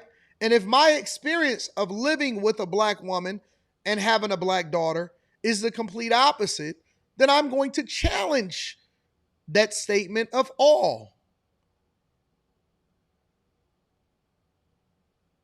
I'm going to challenge an overall blanket statement from somebody that says something in particular. And it's not that I'm impartial towards Michigan, it's because I live here and I get to actually see what's really happening. It's people that say stuff like, Flint ain't got no water. And I'll be like, that's not true. It's people that'll speak on Flint but don't know shit about Flint, ain't never been to Flint, don't have any kind of insight about what's going on in Flint. It's the same thing about what happened with Detroit. It's a lot of people that were taking talking points from the internet and they were making an assumption or they draw their conclusion, but they have never been to Detroit. You know why I was so passionate about having a conversation about Somalis in Minneapolis? Is because I witnessed it with my own eyes and I've been there before it was popular to do so. And I had the conversation and I showed y'all the old videos of what I was showing y'all. And this was way back before Trump, way back before any of that type of stuff. And I visited Minneapolis and I didn't know that it was like that in there. And I started asking the question. I said, why is there so many Somalis here? And why are they taking over?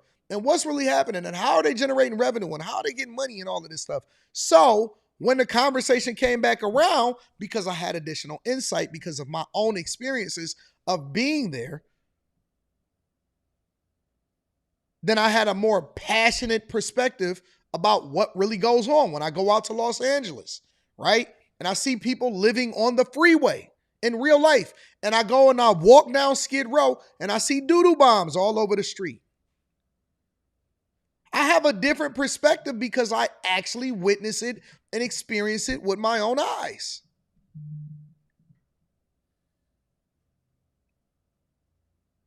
Somebody said, AD, if this is your stance, you can't speak on anything outside of it. Did I not just give you several examples of what I'm saying? You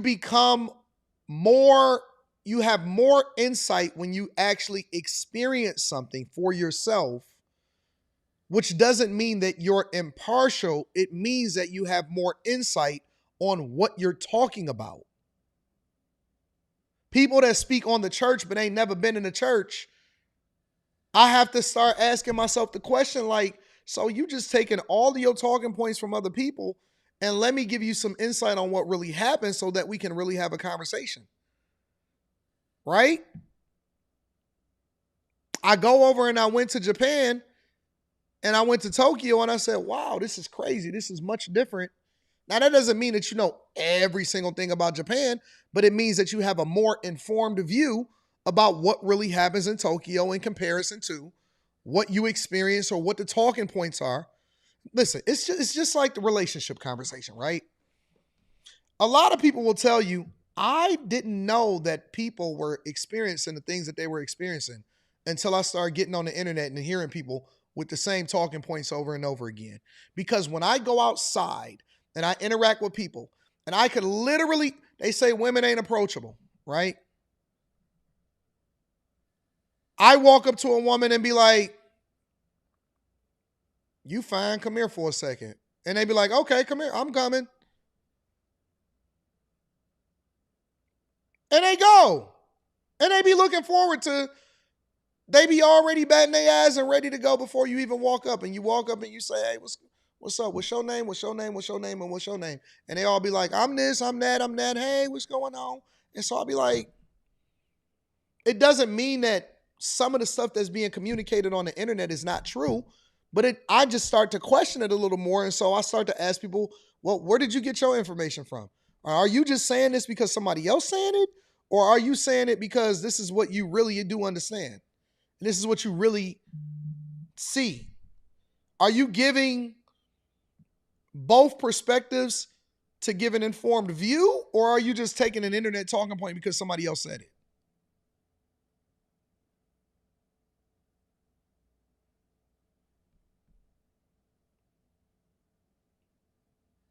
So it's not impartial, it's informed. And the more that you are in somewhere, the more informed you become.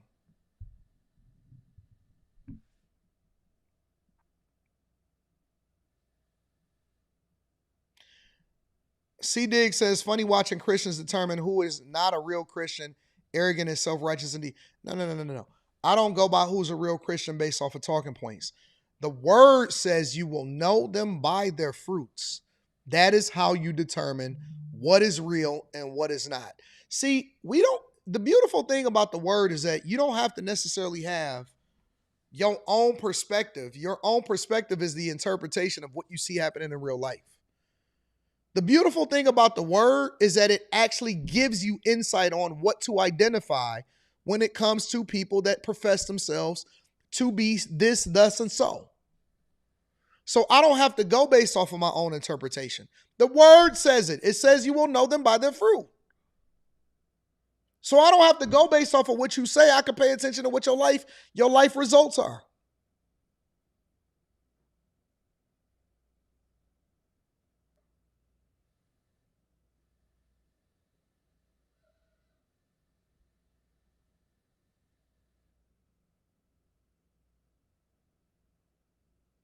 Y'all about to make me start a whole debate show on Room 9 After Hours about religious beliefs, because I will do it. I will do it. I promise you on everything. I will do it, and I will start, because I'm not interested in debating right now, but don't make me do it, because I will do it, and I don't think that y'all is as well versed as y'all say that y'all are. I don't think that y'all really are as girded up as y'all say that y'all are. I don't believe that your breastplate of righteousness is really a breastplate at all. And I don't think that there's righteousness in it. I think it's hate. I think you disguise your hate as righteousness in order to justify not liking somebody else. I don't think you really about that life. I don't think that you really even know, even if you do read the word, how to break it down and how to interpret it to where it's really consumable. And I don't think you can even explain where you stand on anything. On anything. I don't think you're ready for that. I think you just talking. I think it's all performative. Again, I think that you steal your talking points from other people. And I don't think you really read the word of God at all. I don't think you know it. I don't think you read it. And I don't think you're ready for that.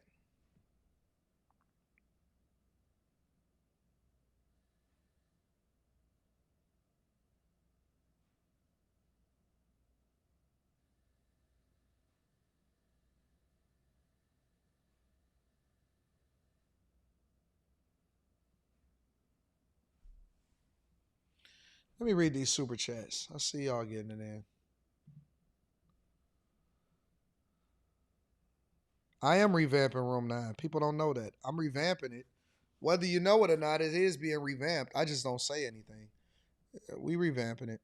Moses Prophet says most of these are man-made.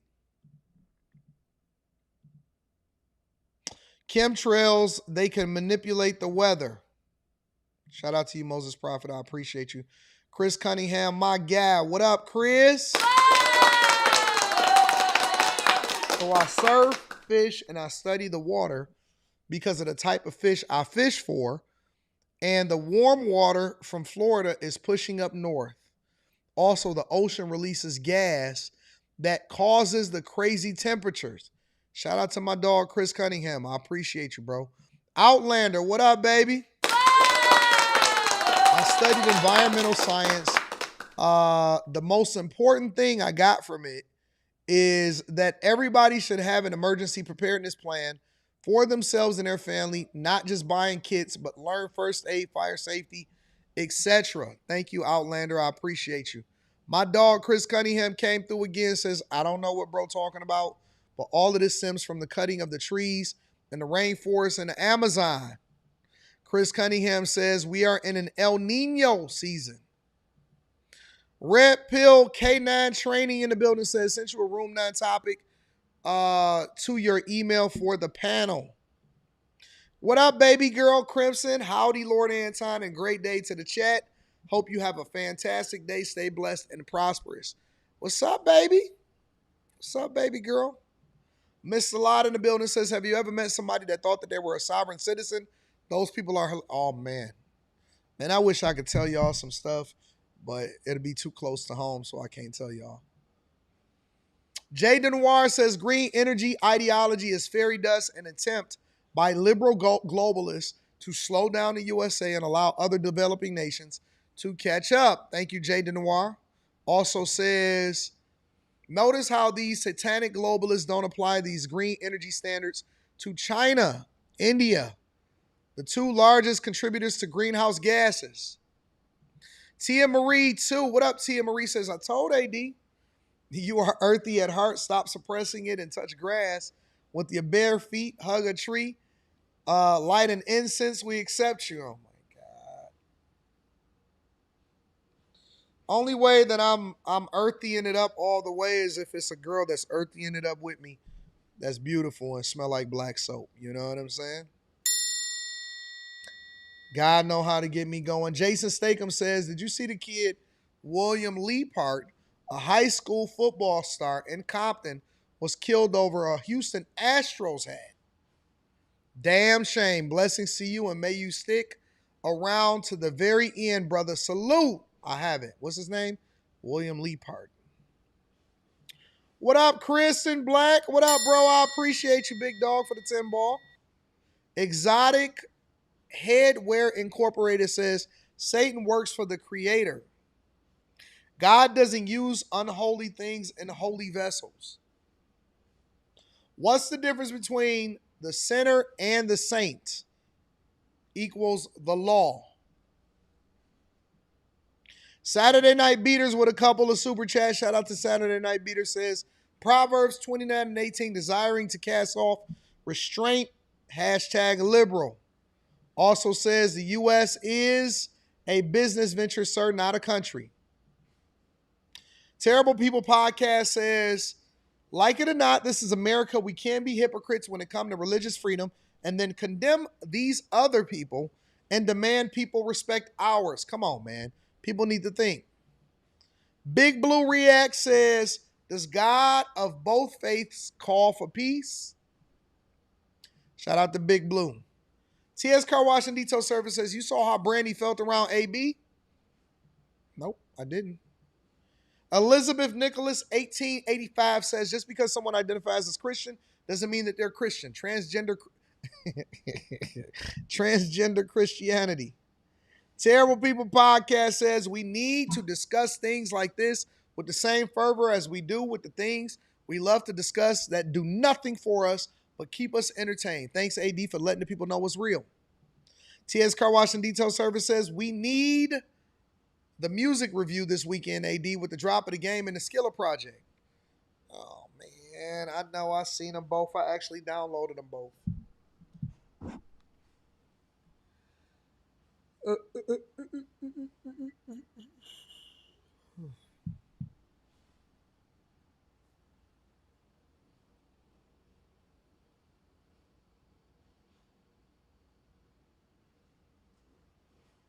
Also downloaded that Party Next Door 3 too.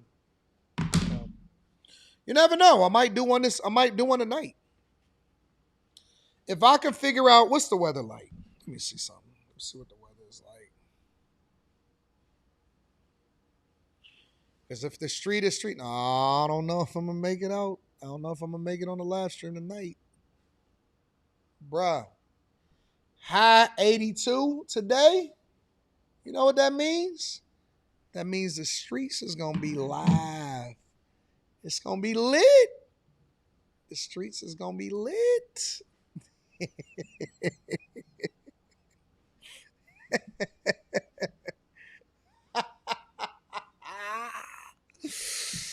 Oh, man, I need to get out of these streets.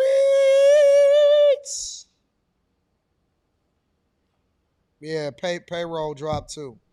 So, I don't know. I don't know.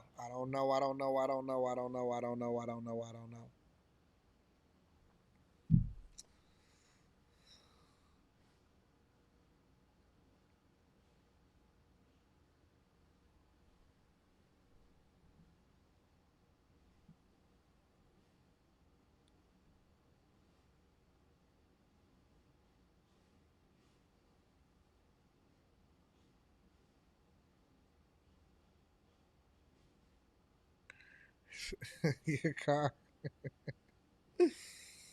Your car. Check it out, bro. Seriously. Going forward, starting today, 0 misses. That's the honest to God truth. We can't have no more misses. Hey Siri, stop. No more misses. We gotta get to it. Y'all see the blue Lambo over there? Right there? Somebody said go home. Yo, this is probably, who knows? It could be one of the last warmest weekends.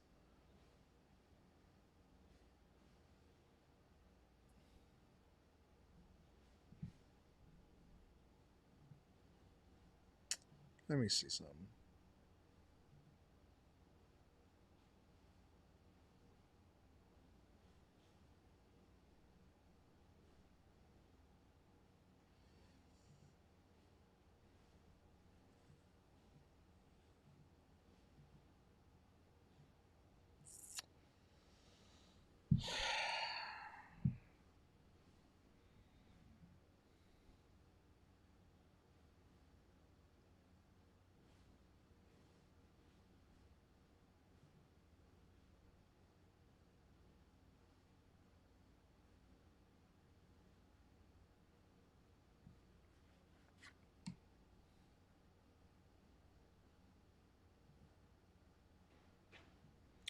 Just want to see something really quickly. Seeing what's going on in these streets.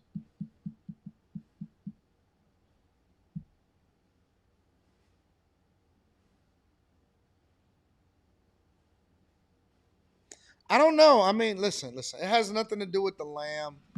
Don't have nothing to do with that. A lot of times I don't even take out the lamb. I actually take out um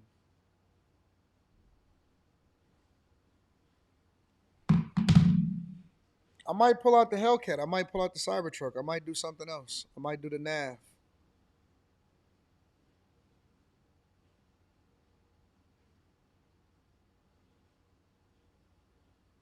No, but we do got to grind. We do got to get to it. Let me read some more of these super chats, see what's happening out here in these streets. Jason Stakem's in the building, says, once the sacred months have passed, lick the polytheists.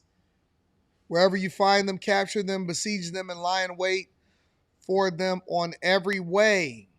Chris Cunningham in the building says, AD, a lot of people lukewarm trying to speak the word. That's a fact, big dog. Thank you for the support. Beans and Greens, what up, Beans and Greens? Morning, AD. Thanks for doing call-ins. It's always nice to hear other people's perspectives. Thank you for supporting the platform. Thank you for the 50 ball, big dog. Thank you, Beans and Greens. Can't do it without y'all help, bro. I can't do it without y'all help. Mo Better Bob. Shout out to Mo Better Bob with the 2 ball. Shadow Dragon TV. What up, Shadow Dragon? Shadow Dragon says, the Muslim Brotherhood and the UAE both follow the Quran, but one can live peacefully with other religions. The other seeks to force conversion through subterfuge, like through the Democratic Party. Jason Statham says, check out Surah 9 and 5, 2 and 191. Surah? What the hell is Surah?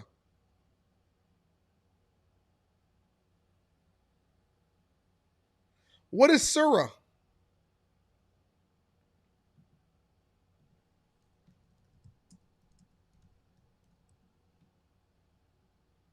Oh, it's in the Quran. I got you.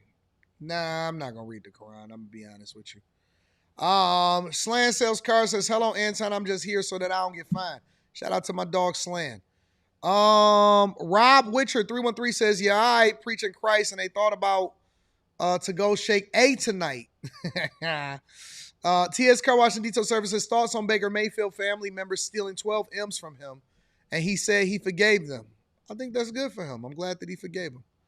Mo Better Bob says birth rate replacement is below 2.1. No way, 9 Billy. It's between 8 and 9 billion people on this earth, bro. I'm pretty sure of it.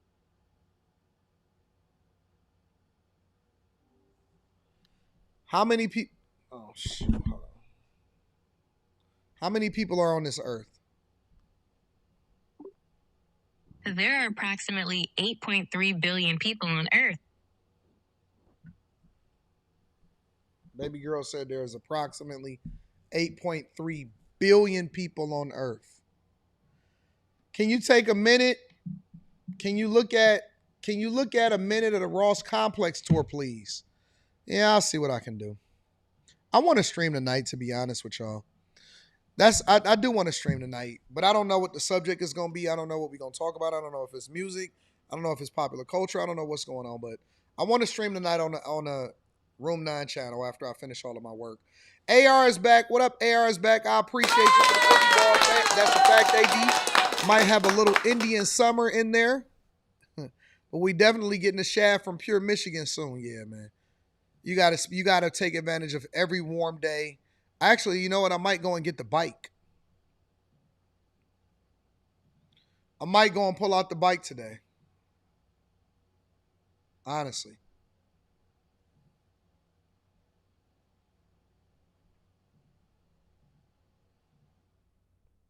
I might become motorcycle time today. I'm not sure what I'm gonna do.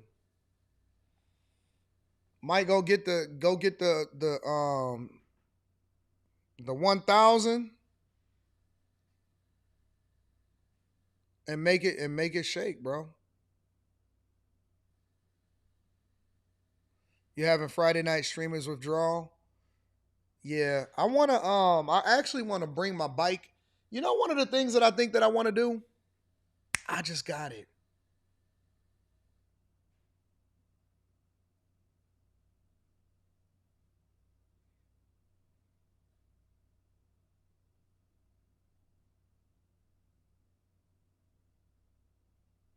I'm going to go and get my bike and I'm gonna put it in the studio. Like I'm gonna have it in the background. Oh, that's so sick. To have my bike right there in the background.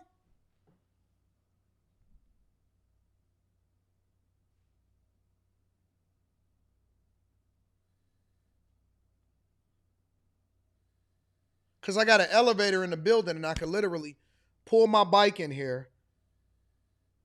Dog, that is going to be sick. I'm going to get my bike today, bro. And just have it here in the studio. Like in the background as a part of the props.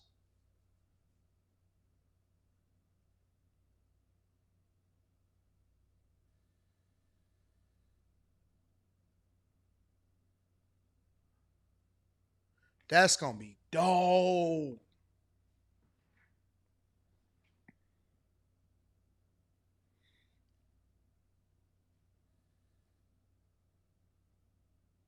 I think I'm gonna do that. You got yours inside also?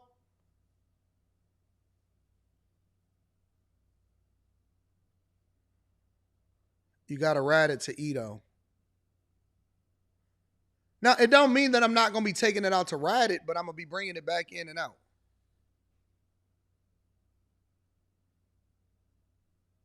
You said you made fun of Quentin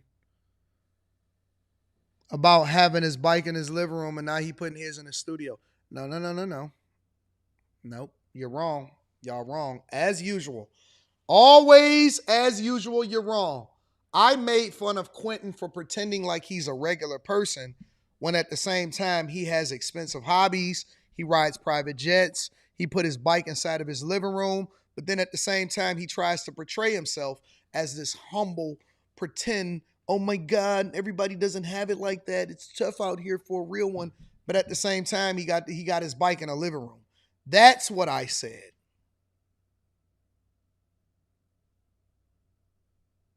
That's what I said. I didn't think that he did anything wrong. I actually congratulate him. I think it looked dope. But what I said was, you can't sit here and talk nonsense while at the same time you got an expensive ass bike inside of your living room.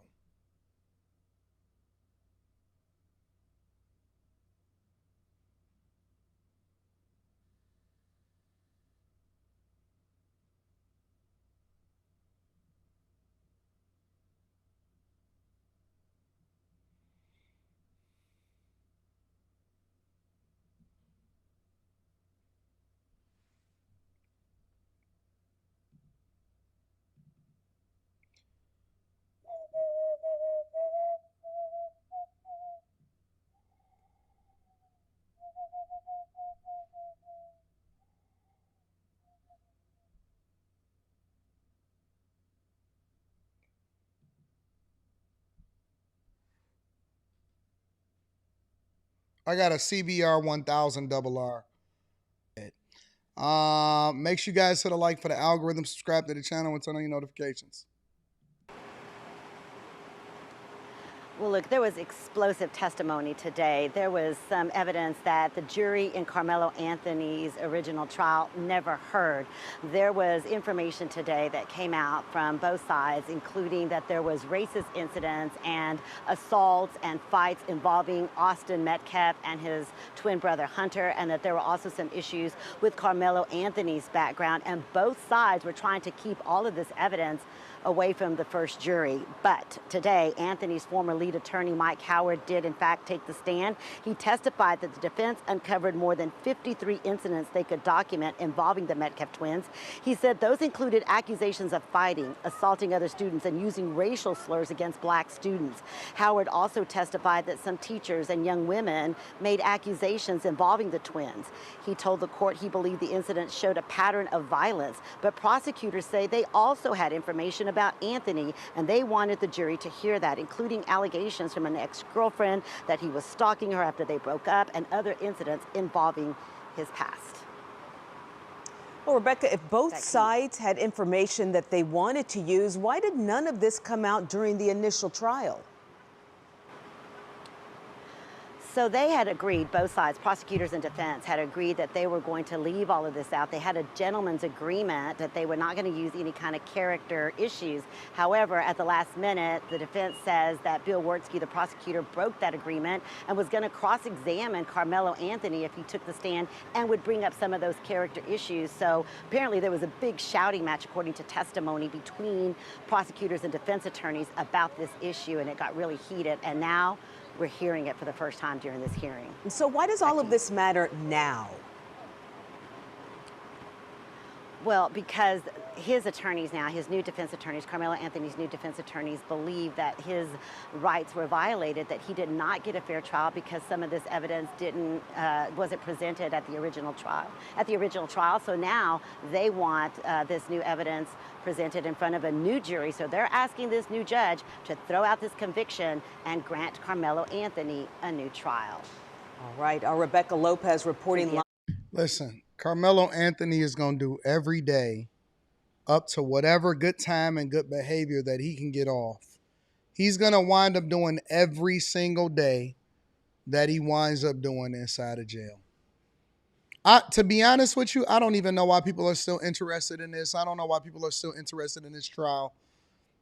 They're trying to paint a narrative and say, well, these guys have incidents, or these guys have that, or these guys have this.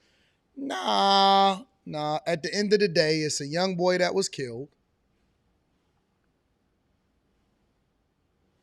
It's a young bull that was killed. And I think it's pretty substantial that he was intentional in how he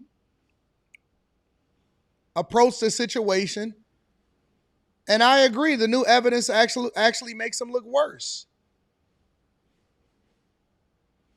All of the new evidence, when they keep going through this and they keep talking about it and they keep on going back and forth and they're showing what they held back versus what they agreed to have a conversation about, you know what he should have did?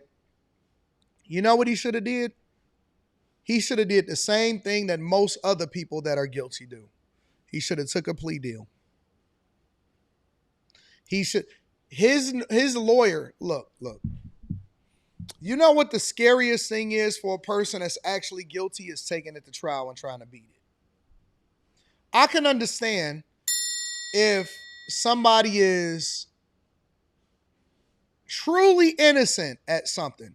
If somebody accuses me of killing somebody, and for a fact, not even I know for a fact, but for a fact, I did not kill somebody, there's no plea agreement, there's nothing that you could ever do that would ever convince me that I should do anything except for do not guilty and defend myself until my very last breath. I'm never going to ever take a deal for something that I didn't do. If I didn't do it, no, I'm not ever taking a plea deal. I'm going all the way balls to the wall. This is a different situation. And I actually kind of look at this a little bit differently because I think that y'all, you social media warriors, you social media justice people, I think y'all the ones that got him all of these years in prison, bro. I believe in my heart, in my core, that you guys are the ones that got this man, that got that boy all of them years in prison. Ray Charles, from the very beginning, in which I always say, yo, let's let the evidence show whatever, right? Ray Charles conceded that boy was about to get convicted for what he did. If it was me, right, if I'm just a good friend and they asked me what my opinion was, I would have said, hey, man, y'all need to try to negotiate that down, get a plea agreement, try to get you 9-10 years. You'll be out in 5-6. That's what I would have said. You'll be out in 5 or 6 years. Take your L, take your dub, and you got to get it up out of there. But ain't no way in the world that I'm going to ever tell somebody if that's the part that we don't really have a conversation about is the people, the court of public opinion, GoFundMes, the parents, the visibility, all of the press conferences, all of that other crap is the reason why he going to be sitting in prison for a decade plus.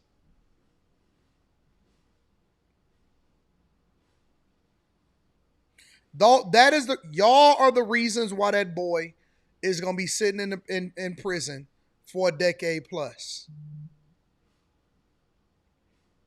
Cause y'all put a battery in his back, y'all got influence, and ain't nobody gonna still be there for him now that he got to deal with the consequences of his actions. This appeal ain't gonna help you. It ain't gonna do nothing. It ain't gonna do nothing. All of that social media, standing next to civil rights leaders, letting D.L. Hughley gas you up. Guess what? D.L. Hughley is still gonna be doing comedy shows. He gonna still be free talking about Officer Tatum. He gonna still be doing what he wanna do while you are sitting in the cell letting people gas you up because you should have took a plea deal.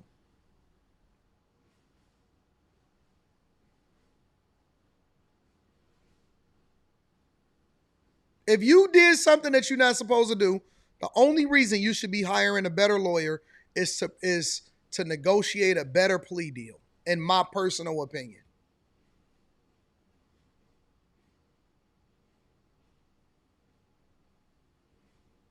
I'll go back to the conversation with the girls in a minute. I know y'all want to hear that type of stuff. That's the only reason why you should be getting a good lawyer is to hopefully negotiate a better plea deal. Because they putting football numbers on y'all nowadays, bro. They giving y'all football numbers. They throwing the whole book at you, and they giving you everything that you could ever think of in your entire life.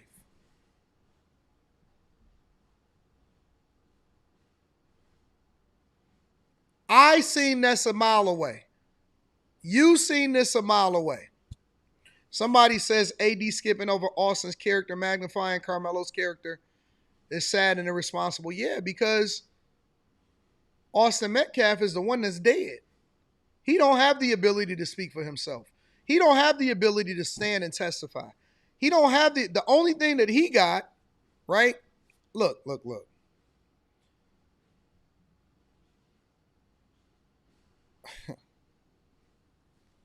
Is women that are disrespectful, right? I like to use relationships as an example to illustrate a point. There are women that are incredibly disrespectful to men. They talk, they twist their neck, they do all of this other stuff. They get in gas face, they cuss them out, right? They ugly, they mean, they wear skimpy dresses, and they disrespect guys all day, every day. Now, let's say that same woman that has character flaws, that has well-documented character flaws, winds up getting into a situation where a man beat the shit out of her. Right? He's guilty for beating the shit out of her. kicked her ass up and down the street, made sure that she understood that you ain't gonna talk stuff to a man ever again. Does her character in being an a-hole woman take away from the fact that this nigga is guilty from beating the fuck out of her? I'm just asking. Is anything that she do justification for her getting hands put on her from a guy that should never be putting hands on her?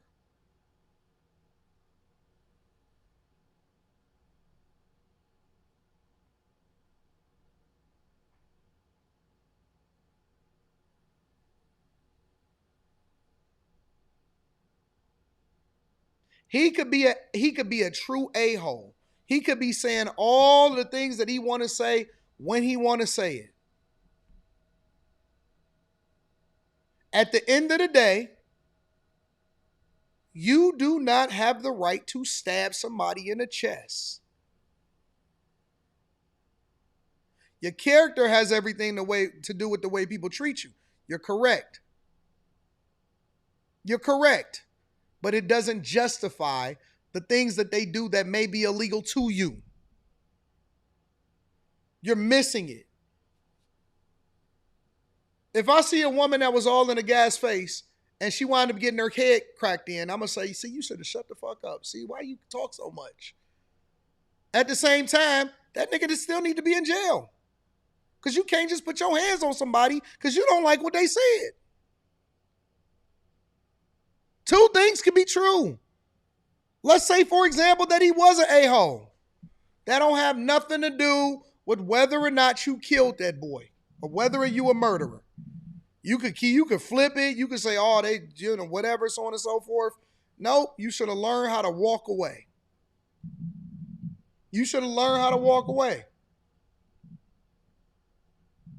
Because regardless of how spicy she talking, I'm not going to jail for her.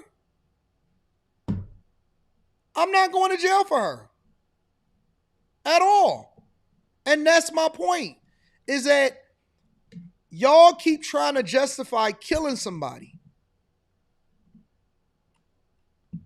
You keep trying to justify taking somebody's life. Taking somebody's life is the very, very, very, very, very, very, very last resort. And it all comes from, if you truly believe, let's put it out there. Think about what we're saying right now. If you truly believe that your life is on the line, that you are about to die, that you have no other option to defend yourself except for, and this is what they teach you in gun classes, except for to take somebody else's life. It is not supposed to be something that you just willy-nilly just do. Oh, you talking about, oh man, no. What the fuck? Nigga, what you doing? You can't just stab somebody in the chest.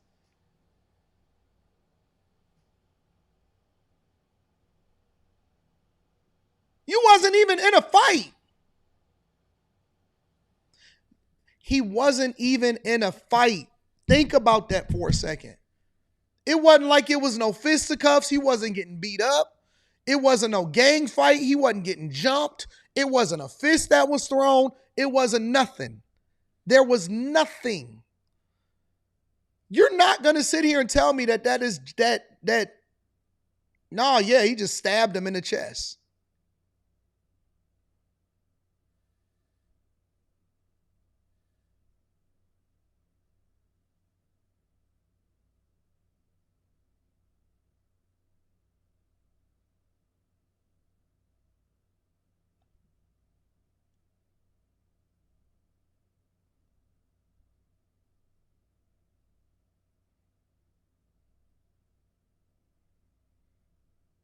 He was out looking for a problem.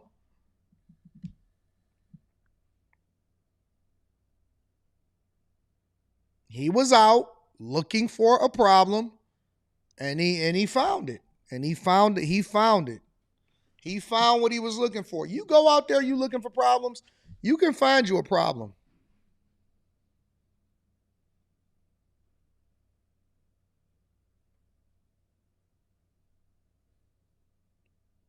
I'm wrong. How am I wrong? How am I wrong?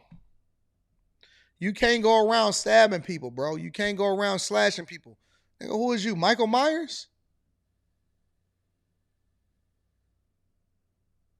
Who are you, Michael Myers? I see some of y'all rage baiting in here saying crazy stuff about the Austin Metcalf guy. I'm not falling for that. I'm not falling for that. I'm not going for it. Nope.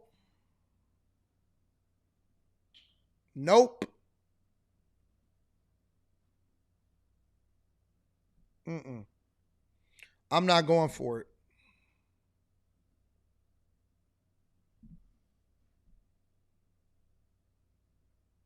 You don't believe he was out looking for a problem. Man, get the hell out of here, bro. I've been on this earth 44 years. I've been raised in the inner city. They in the goddamn suburbs at a fucking track meet. I've been in this city for 44 years. 44 years, I can only think of one instance in which I could have that I probably should have took somebody's life. I can only think of one confrontation. I done been in fights. I done been raised in a hood. We didn't deal with so many different things. I can only think of one instance in my 44 years on this earth of being raised in the inner city of Detroit, the blackest major city in the United States of America, in the hood. And that's when I got carjacked. That's the only time that I can think of in my entire life that I would have been justified in taking somebody's life. This nigga sitting in the bleachers at a track meet in the suburbs, and y'all sitting here talking this nonsense? Really? But this just shows you. This shows you the state of where we at. This shows you what we up on. I mean, if we just really want to get down to the thick of things, fearing for your fucking life, get out of here, bro. We used to fight all the time. I done seen people get jumped. I done seen people fight. I done seen they brothers jump in and help. And whatever happened, happened. And how come none of these niggas felt fear for their life? Nobody ever fears for their life when they in the fisticuffs. So just stop that shit, bro. I'm sick of y'all. Y'all keep on justifying it. And that boy lost his life at the end of the day. At the end of the day, that boy lost his life.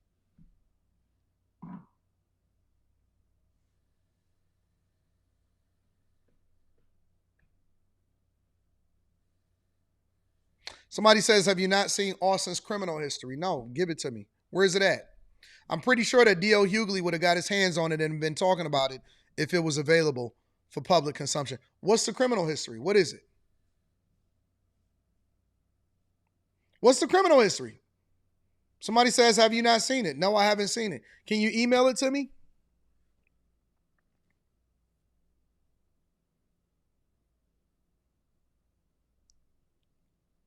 Can you email it to me? Can you send me the criminal history so that I can look at it and review it? Because I haven't seen anybody go through the criminal history yet.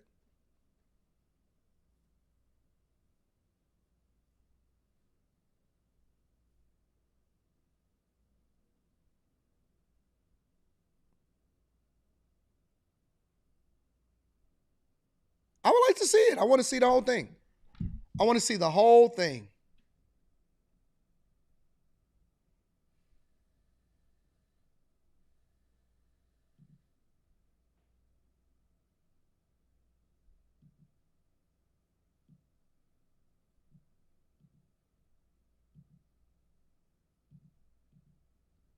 Why isn't this playing?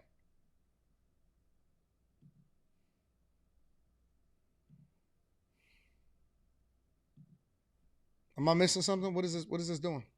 Why isn't this playing?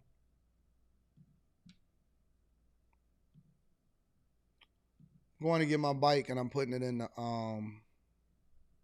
putting it in here. Why do y'all say that it has to be empty of fuel before you bring it in and bring it into a picture? Should have been able to gentlemen's. Now they want this new evidence presented in front of a new jury, so they're asking this new judge to throw out this conviction and grant Karmelo Anthony a new trial. All right, our Rebecca Lopez reporting Cynthia. live for us tonight from that appeals hearing. And stay tuned to WFAA for continuing.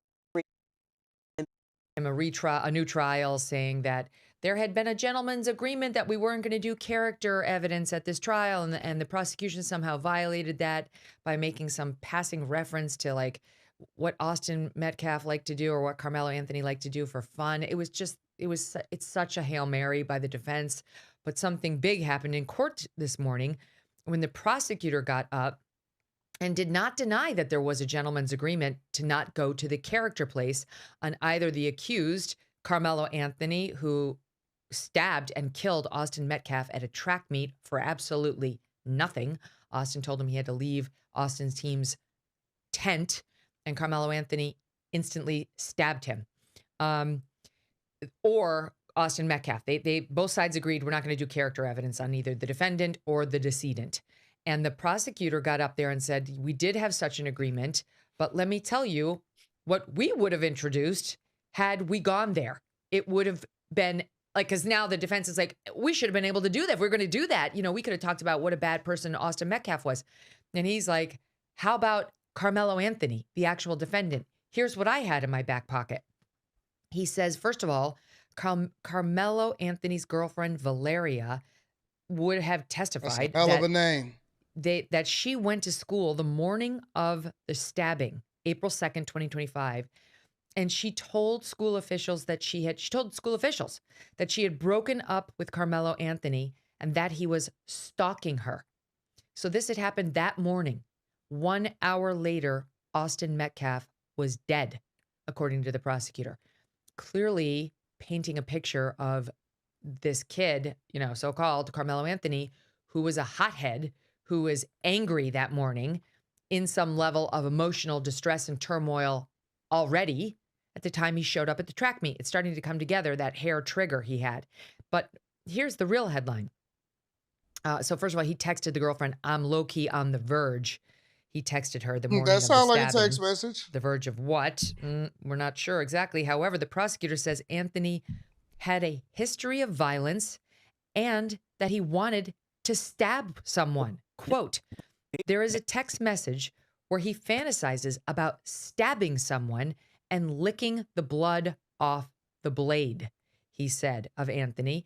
He was obsessed with starting fights, said the prosecutor, and he was prepared to prove that, revealing Anthony had previously been taken by his parents to a special program at LSU for kids who cannot keep their hands to themselves. He went on to say, let's see, there was one other thing suggesting that there was previous aggressive behavior and text messages about a knife in particular. That came out a little bit after. So all of this is deeply disturbing and would not have helped Carmelo Anthony at all, Arthur. So what do you make of it? Well, first of all, this type of evidence usually only comes out if the defendant's going to testify. You can't, unless it's absolutely relevant. Now, maybe the part about the girlfriend going that day, because that's relevant, right? That's within hours of this happening. That may have come out, but it didn't. And I mean, that's the thing. The difference between a jury and a judge at this point, you could let it all hang out.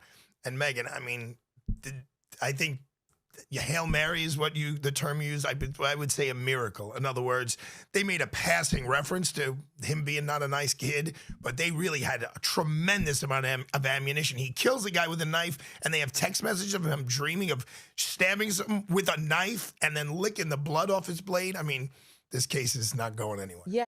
Yeah, I wouldn't think that it was going anywhere. I'm still trying to figure, listen, if y'all gonna defend somebody, y'all gonna have to pick y'all gotta learn how to pick better people to defend, bro.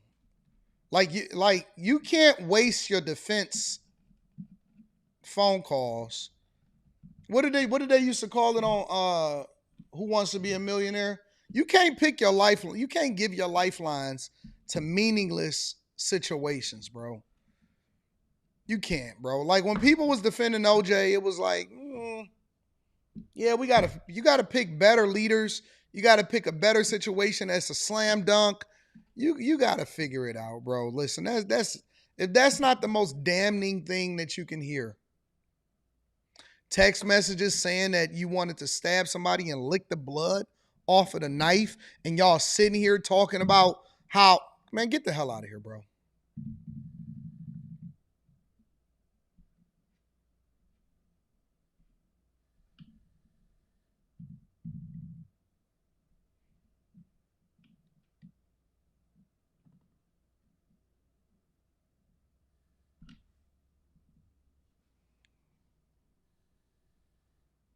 Y'all weird. Y'all are very, very weird. Very, very weird. Very weird, bro. Very weird. I think somebody said it in the chat. You can't kill somebody for being a jerk. You can't kill somebody from being a bad guy. You just can't. You just can't. And I'm gonna tell y'all the same thing that I said last night. I believe that boxolitis did him in. I know that nobody want to talk about it. I know nobody want to have a conversation about it. I know nobody want to make a bigger deal about it. I believe that boxolitis did him in. If he had never been in that relationship, getting emotionally all over the place with a girl named Valeria, his parents should have known. Hey, nah. What's her name? You talking to who? Yeah, mom, I got this girlfriend. Her name is Valeria. Break up with her immediately. Break up with her immediately.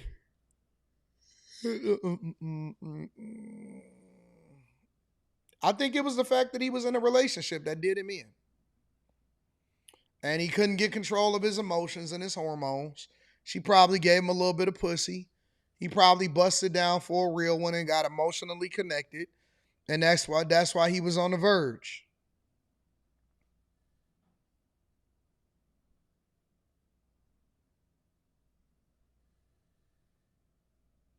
She probably gave him a little bit of top, a little bit of top at the bottom. Next thing you know, he want to kill everybody. What? I know better than to drop the link. Okay, so wait a minute. Listen. One code for show. Listen. I've been on this earth for a long time. I know when I'm being manipulated and I know when I'm not being manipulated. I know when I'm being baited and when I'm not being baited. All right? Sometimes we allow for ourselves to be manipulated on purpose because we like how it feels at the end of the night. This is not one of those times. If you want me to drop the link because you have a difference of opinion, then what you would say is, hey, Anton, you should drop the link because I disagree with what you're saying. Don't do the woman thing where you say, you know better than to drop that link. Because now I'm feeling like I'm being manipulated, but I'm not being able to get a happy ending at the end of the night. We allow us as men, we're smart enough to know when a woman is manipulating us or she's telling us something that we want to hear. And sometimes we go along with it because, like I said, it makes us feel good. Don't do that. Be an adult. Okay? Be an adult. If you want to talk to me or you have an opinion, say, Anton, I have a difference of opinion and I think you're wrong on this. You should drop the link and let us come up here and tell you what we think. Just say that. Don't put the laughing emoji and say, you know better than to drop the link. Cause now I feel like you waiting for me to say, oh, wait. You got something to say? All right, you know what? I'm gonna open up the chat for the people that want to get it off. Come on, bro. Don't do that. Don't do that. I'm not, ain't no women here right now, so it's no reason to try to manipulate me into doing something that I wouldn't normally do. You disagree with me? See, I like that. You say you disagree with me, sir. Okay, well, I'll drop the link in the chat for you to be able to come up and give me your thoughts on what you disagree with. All right? Sure. And also, let me preface this by saying that I'm not interested in arguing, so I would like to get your thoughts. And I'm going to give you the floor to allow for you to get your thoughts off.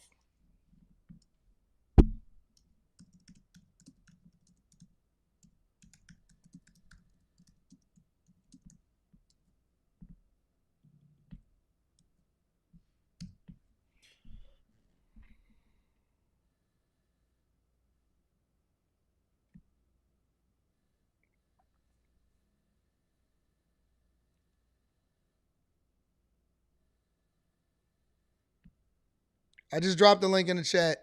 If you want to come up and give your thoughts, you don't have to get on camera. I'm just going to open up the phone line and I'm going to allow for you to say what you want to say. All right.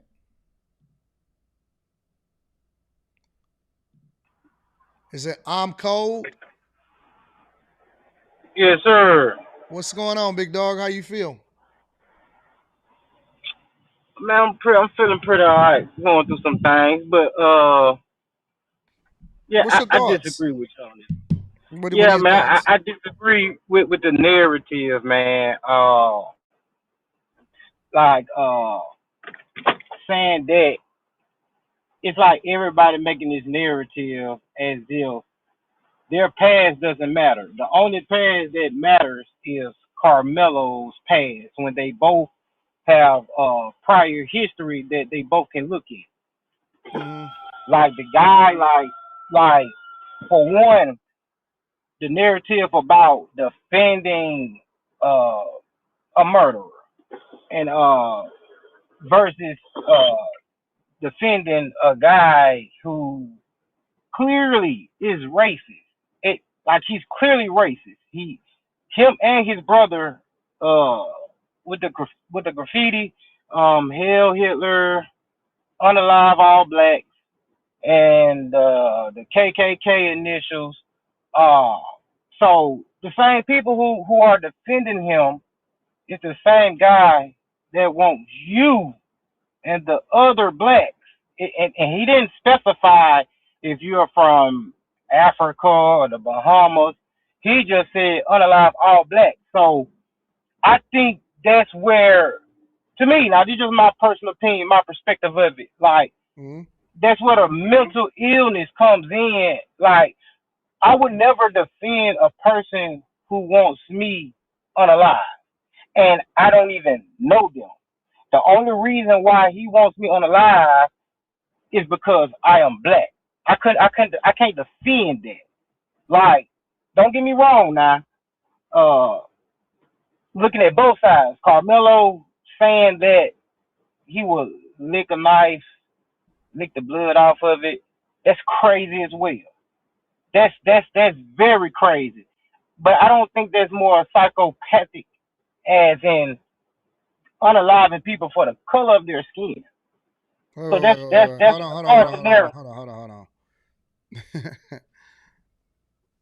If somebody, when did somebody unalive somebody for the color of their skin? Because you That's the adding in history of this stuff that's country. not there. No. We talking about these No, boys. Talking about these boys. I can't account for Austin doing those things, but you saying these. This is your ideology. At the end So of the day, what? that's your ideology, And you can huh? feel however you want to feel. That don't necessarily translate into you doing anything. It's a lot of people that hate a lot of people out here. I know niggas that hate their baby Right, but mama and they want to choke the shit out of that bitch. That don't mean that they doing it. right, and that also don't mean that they won't neither. Like if you We can only go AD, base. We can only no. Hold on. We can't charge people for how they feel. We can charge people for what they do. You can't charge people for what they feel. You can charge people for what they do. Only thing we have to go off of is who killed who. right, and when in the quarter, and also in the courts, what we do, we find the reasons of things. That's the main thing we do when we go to court. We just don't go off of, oh, he just unalived this person. That's the end. No, that's the point of court. We look at the reasons of why this took place. Correct. You see what I I'm agree. saying? Like, Mm-hmm. right.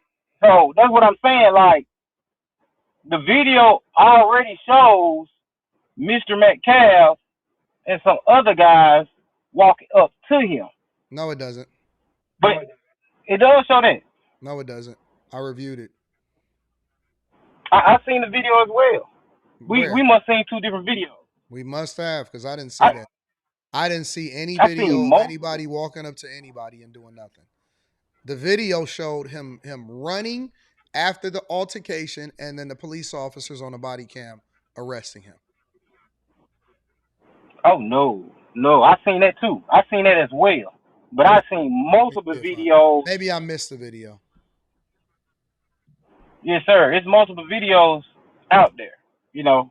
But when someone a person's ideology, we have to take that into account. Like if I tell you AD that I don't like you, if I let you know, right? Let's say if I stayed in Detroit, in the same city as you, and There is no on video this that channel, if shows I, him walking up to him. of course, man, that's we just gonna have to disagree because I No, can easily no. We don't have to disagree. There is no video that shows the actual confrontation at all. There is zero video. indeed there is. That's what I mean. We just gonna have to be on different sides about that. I've seen this multiple times. There's nothing to pull it up. Like even Right. when they first walked into the stadium, we got all of that. That's old news. No, it's not old But news. I'm just saying, There is no footage of that. yes, sir. It is. I don't know if you in America or on planet Earth, but we've already. That is nothing to really debate or It is something. go back and forth on. Because I need to see that. Like, if there's some additional insight that I'm not aware of, I would like to see it so that I can make a more informed decision, or I can have a more informed opinion. I seen the police. I seen the long grainy footage of him running down the steps or running across the thing, and he was running away when everybody was running to Austin Metcalf to find out what's happening. I seen the body cam footage of them arresting him and putting him in the truck, and that is the footage that I seen. I didn't see anything else outside of that, and I'm wondering if you have something or if there's some other footage out there. I would like to see it. I mean, it's on multiple. The video is on multiple podcasts. I done seen this video on multiple podcasts. So this is what I'm asking you now, AD, since you say that. So you seen the video. Tell me how it start, or tell me what you seen far as the confrontation, because you saying that you haven't seen the confrontation. You I just haven't. seen him running down. So the only thing you seen was him running down after the altercation, running down the bleachers. And the body cam footage of the police officers arresting him. Yeah, man. I know you a busy man. I know you gotta, and Nope, this I is my respect. job. This is what Your, I do for a living. I'm scouring the footage all on X. This is the footage that I seen right here.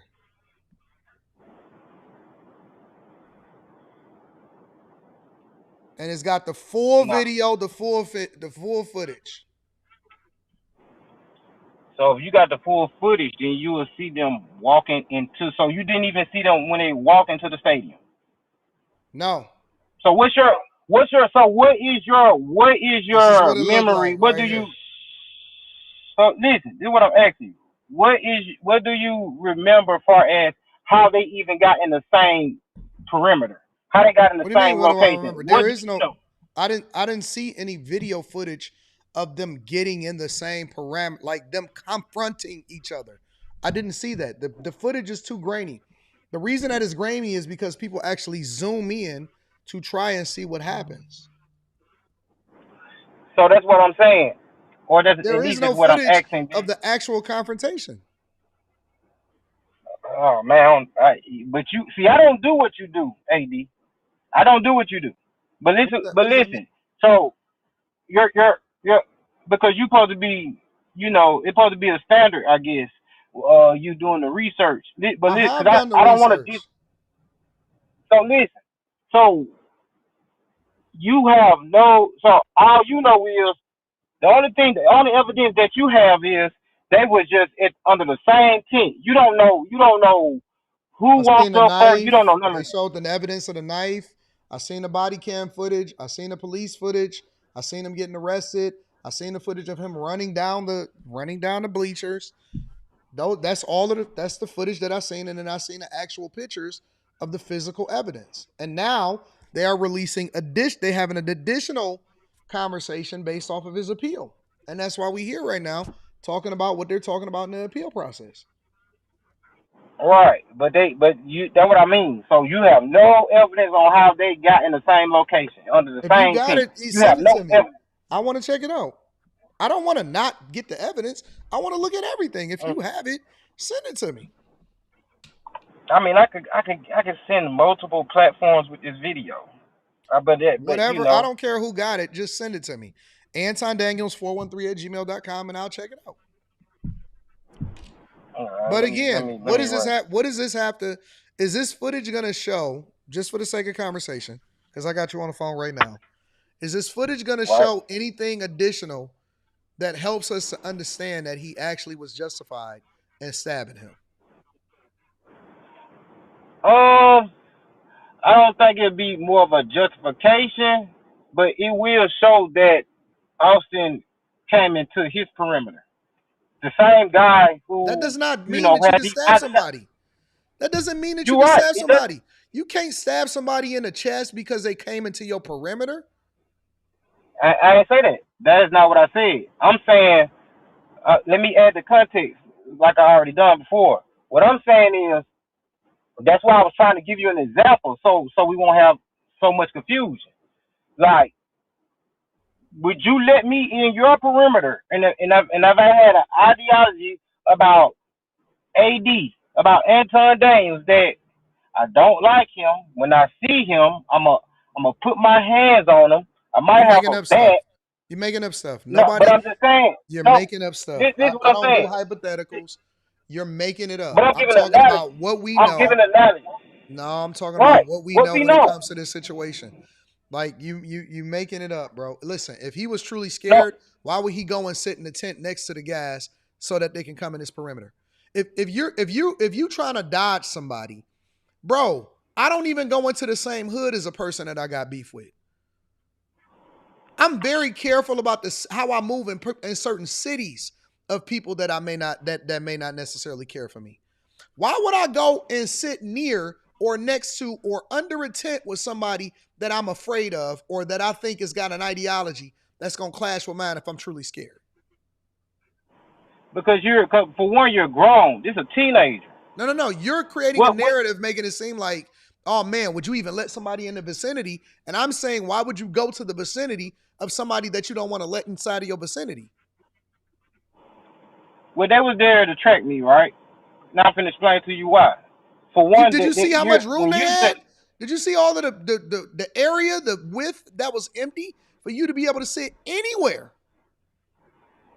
yeah, I seen that, but I also with the welder and all of that, they already stated that part. That plays a part as well. The reason why he probably sit where he sit. So that's what I'm saying. Like, as teenagers, and it's a difference between teenagers and adults. Because as teenagers, we do have to conquer our fears. No, that's what we are taught. So he was going over to the Tell the tent to truth. conquer his fear? I mean, ain't no telling. He just was probably trying to let him prove himself that, hey, man, I just can't be running from everything, because that's not life. Life ain't about just running from everything that I feel like it's a threat to me. Especially as Cool. a teenager. That's why he in prison right now. Is because of the way that y'all think and the way that y'all perpetuate how people are supposed to handle a situation. That's why we're not emotionally intelligent. That's why we don't make wise decisions. That's why we always putting ourselves in situations where we have to then make a break conversation. This is the reason why people are in the situation that they in. Is because we justify BS by saying, "Oh man, you can't keep running." Man, come on, man. I know people that ain't necessarily ran from nothing, but they ain't never had a fight in their life, and they never even got into a confrontation that led to a fight. I know women that ain't never ever got into a fight before in their entire life, and they've been raised in the hood. This guy is in the suburbs, and he is somehow, some way, finding himself under the tent of somebody that he's allegedly scared of with a knife. Come on, man. Y'all gonna have to be real, bro. Y'all, if y'all But listen though, gonna pick a issue, you're gonna have to pick a better issue to stand behind. This is, you know, that this is nonsense, bro. no, because one thing I've done that you have yet to do, Anton, is I'm showing you wrongs on both ends. You just keep on pointing out what Karmelo with. You have said nothing about It this ain't no man's wrong on ideology, bro. both. He's dead. This is not a Right? situation where you can hold both of them accountable, or you can have a Yes, debate, or you he can defend can. himself. He's Yes, dead. you can, sir. This is, No, he respectfully. can't defend himself. Listen, He's gone. right. So listen, Ain't AD, no wrong this on what both I'm telling you. sides. You killed So him. yes, it is. No, it don't. Listen, because we talk about preventative measures. So if I have a child like Austin McCall, but having this ideology, I would teach my sons, hey, bro, you just can't go around just hating white people and saying that you want all white people unalive. That is wrong. I would not teach my children to live like that. That's not a What is that? lifestyle. But But listen, nobody is, You're cool, because listen, cool. You're right. hold on. You're right. You're right. That's You're right thank you, about that. thank you. What does that have to do with him being dead? Because everybody doesn't go for that.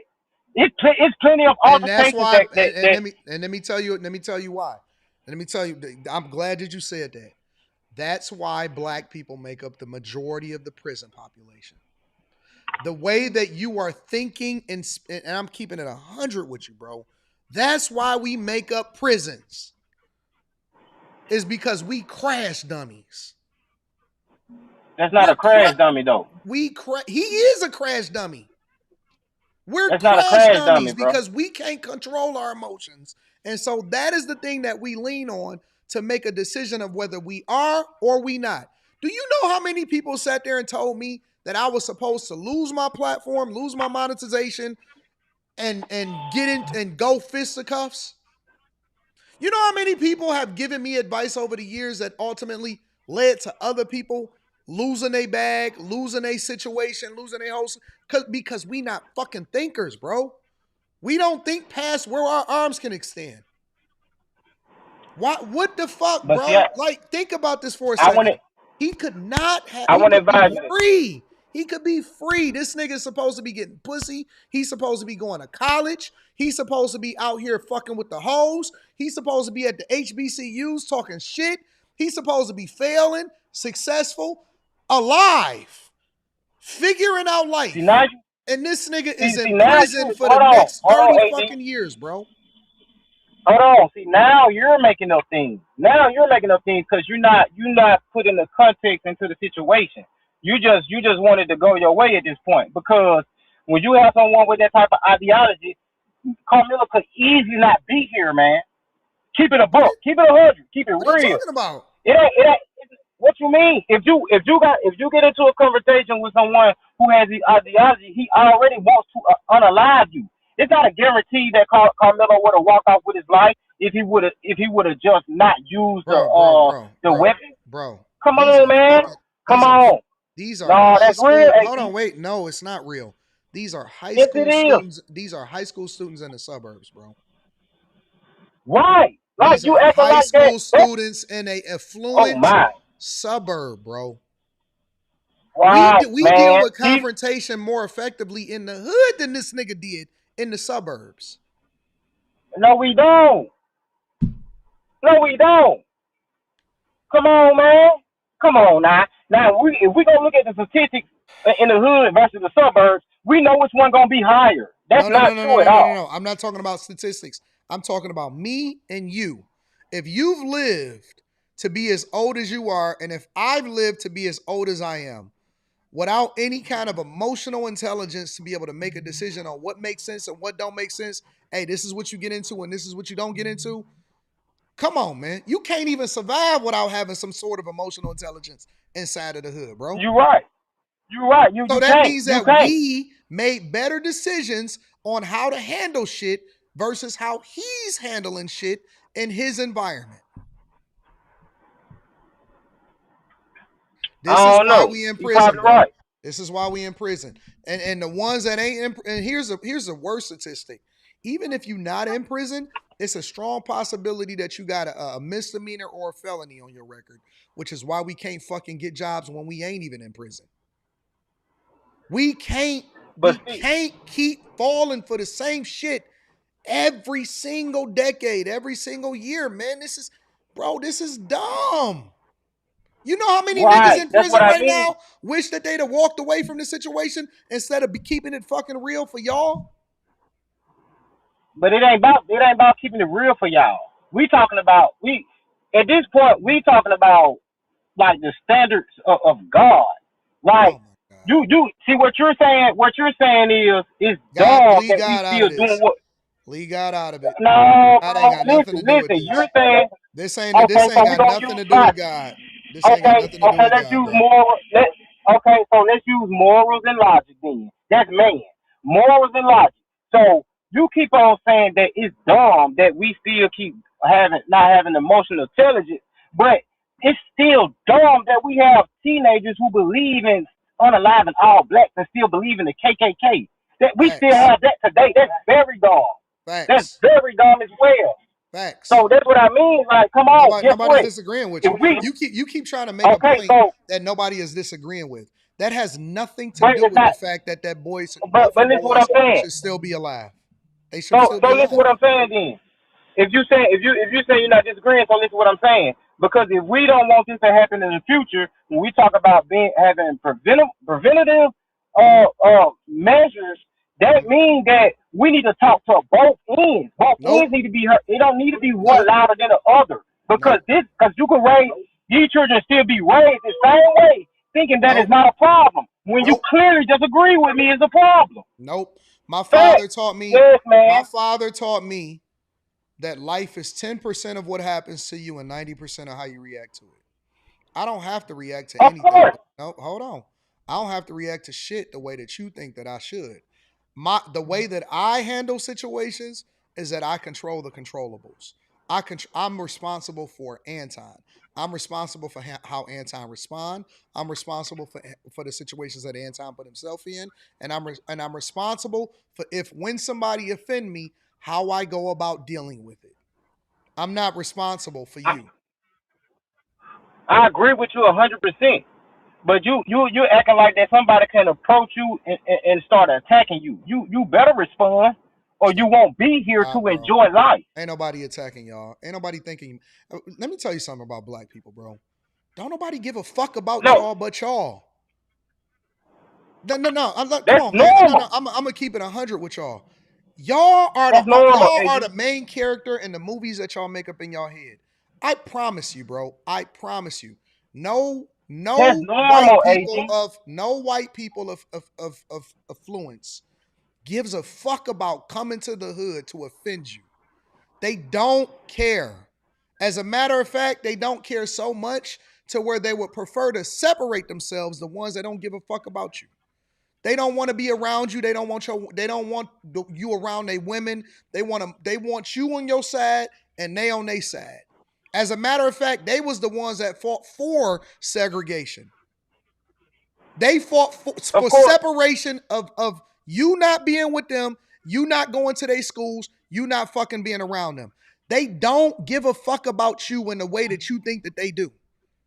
So if you keep thinking if you keep thinking, no, hold on, bro. If y'all keep thinking that y'all the main character in these people's heads, you're not. You're not. White people don't kill black people. Black people don't kill white people. Black people kill black people and white people kill white people. They spend more time against each other. They don't give a fuck about you. So what do you got to do? You got to figure out how to deal with your own fucking situation and how to keep yourself out of trouble so that you can raise your family and have a good life. They don't care about y'all. They don't care. So why do y'all keep on bringing them up? Like man, let me tell you something, man. I don't give a fuck about if no white people feel no type of way about me. I don't even be around white people like that. I live in the blackest city in America, the blackest major city in America. I live here for a reason. I'm very comfortable walking around in my streets having a good time. I mean, that's your life, and I'm glad that it's like that for you. But that's not for the majority. If we all just move to where you moved, it wouldn't be the same. You're missing it, bro. You know, Y'all keep on putting yourselves as a main character, and nobody cares, bro. Nobody cares about what y'all got going on, and y'all keep thinking, um, y'all keep thinking that, oh man, we need to teach them. No, listen. If we spent more time on ourselves, we wouldn't have problems that we have in our communities. We would have more black people alive. We wouldn't need Planned Parenthood. We wouldn't need to keep on talking to our fucking women and telling them not to have children out of wedlock. We wouldn't need to be focused on somebody coming to help us. We are our own worst enemy. We teach our children hate. We don't clean up our own lawn. We kill each other, and then we want to have a fucking conversation about white people. White people got their own fucking problems. They poor, they on meth, they got issues, they broke, they women leaving them, and all of that shit. We got our own stuff to deal with in our own community, and we sit here having a conversation about white people. We don't I listen. mean, you're right All of about our that. kids, 99.9999999% of all of our children will be alive, not giving a fuck about what white people think. But I guarantee you that statistic is gonna rise significantly when we start talking about worrying about what we got going on. I disagree. I disagree when you say that we don't have to. If we just, because I'm not just speaking solely on the roping and all of that type of stuff. Like when you talk about finances and the wealth, we do have to pay attention to how they move collectively and how things run in this country, even down to the politicians. We do have to pay attention. Like we didn't make up categories in the humans. We did not do that. Like that's just how the way life is. Do you You have have kids? different. Do you have kids? Yes, sir. I do. Yes, sir. What do you teach them about Yes, sir. confrontation? What do you teach them about confrontation? I make sure that they defend themselves. That's for Interesting. sure. I make sure that they defend themselves. Like, hey, don't let nobody just put their hands on you. I let them know that being bullied is not a lifestyle. We don't live like that. Mm-hmm. So I definitely let them know that. You know what I'm saying? So I mean, My daughter is probably in the top 0.01% of girls when it comes to her age group and what she's capable of doing something to somebody else. She's been training for the last 12 years, something like that. oh, She has the ability to absolutely break a face of any of the girls that was in her class. What I taught her right. and what her teachers in Taekwondo taught her is the same thing that I'm saying to you. We not tripping off of what other people say. We care about what we have the capability of doing. We know what we're capable of. And so what is the wise thing to do? Life is 10% of what happens to you, 90% of how you react to it. So I tell her, if somebody get into it with you and they say something to you, remember the car you drive. Remember what's in your bank account. Remember what your future look like. Remember what you about to do when you go to college. You're never going to see these people again ever in your life. You have a great, great life ahead of you. Why would you ever waste it even talking to people that don't have shit to do with what your future is going to look like? Now, she could absolutely defend herself, and she could even put herself in a position to where she would have to defend herself. And you know what she decided to do? Park her TRX in the next lot, in the other lot, and go and live her life. And she's happier than ever. She don't have to fucking deal with that shit. She don't even have to interact on a regular basis. She don't even have to put herself in the same situation. I teach her emotional intelligence. Control yourself. I'm not going up there talking to them kids. I don't have to go up there and say, hey, who talking to my daughter this certain type? I ain't got to do with that. You know why? Because I've already taught her how to handle herself. And so I have confidence in you that you're going to do what you're supposed to do and you're not going to get yourself in no situation where I got to get you out of.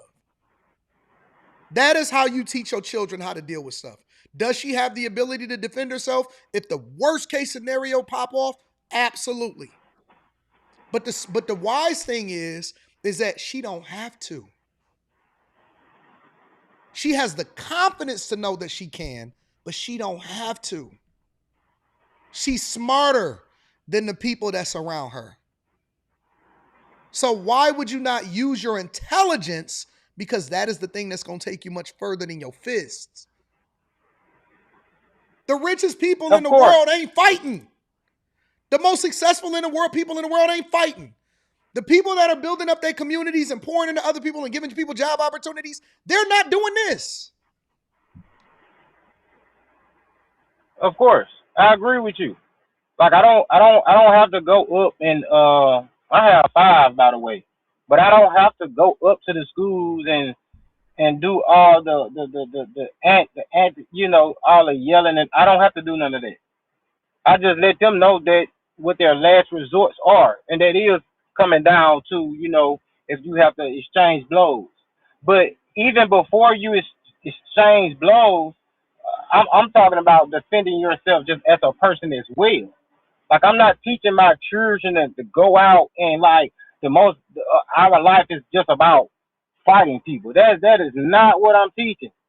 Like I said, I have emotional intelligence to a certain extent. I have flaws just like everybody else, but I'm also I don't have all the resources that I think I should have to even put them through certain things so they can be more equipped and they can be more What do you mean? preserved. But What do you mean you don't have the resources? like, Resources don't have nothing to do with moral character and having emotional intelligence. I mean, of course it doesn't. But I'm saying I can instill that better with more resources. That's why resources are important. No, that's why yes, you can. That's why you're the father. No, I am a father. But what I'm saying, right? But what I'm saying is, when I have the resources that I know that I need, I can instill it better. Because when you have the resources, you can instill the same things without most of the resources. The thing is, you're gonna have to work triple times harder. No, and I don't my have that type father of put that time in on me, my head. and we ain't had shit. And he told me Right. to be a thinker. Right. Of course, I'm a natural thinker. So my children naturally have that. Like they still have morals. What I'm saying is, when you add resources, when you add a person who's instilling morals and character, they doing that right. Both of y'all doing the same thing, but the other person just has more resources.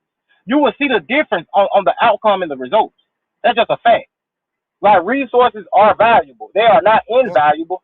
They are tangible things that you Listen, want, that you I'm not need. disagreeing with you, but I'm not.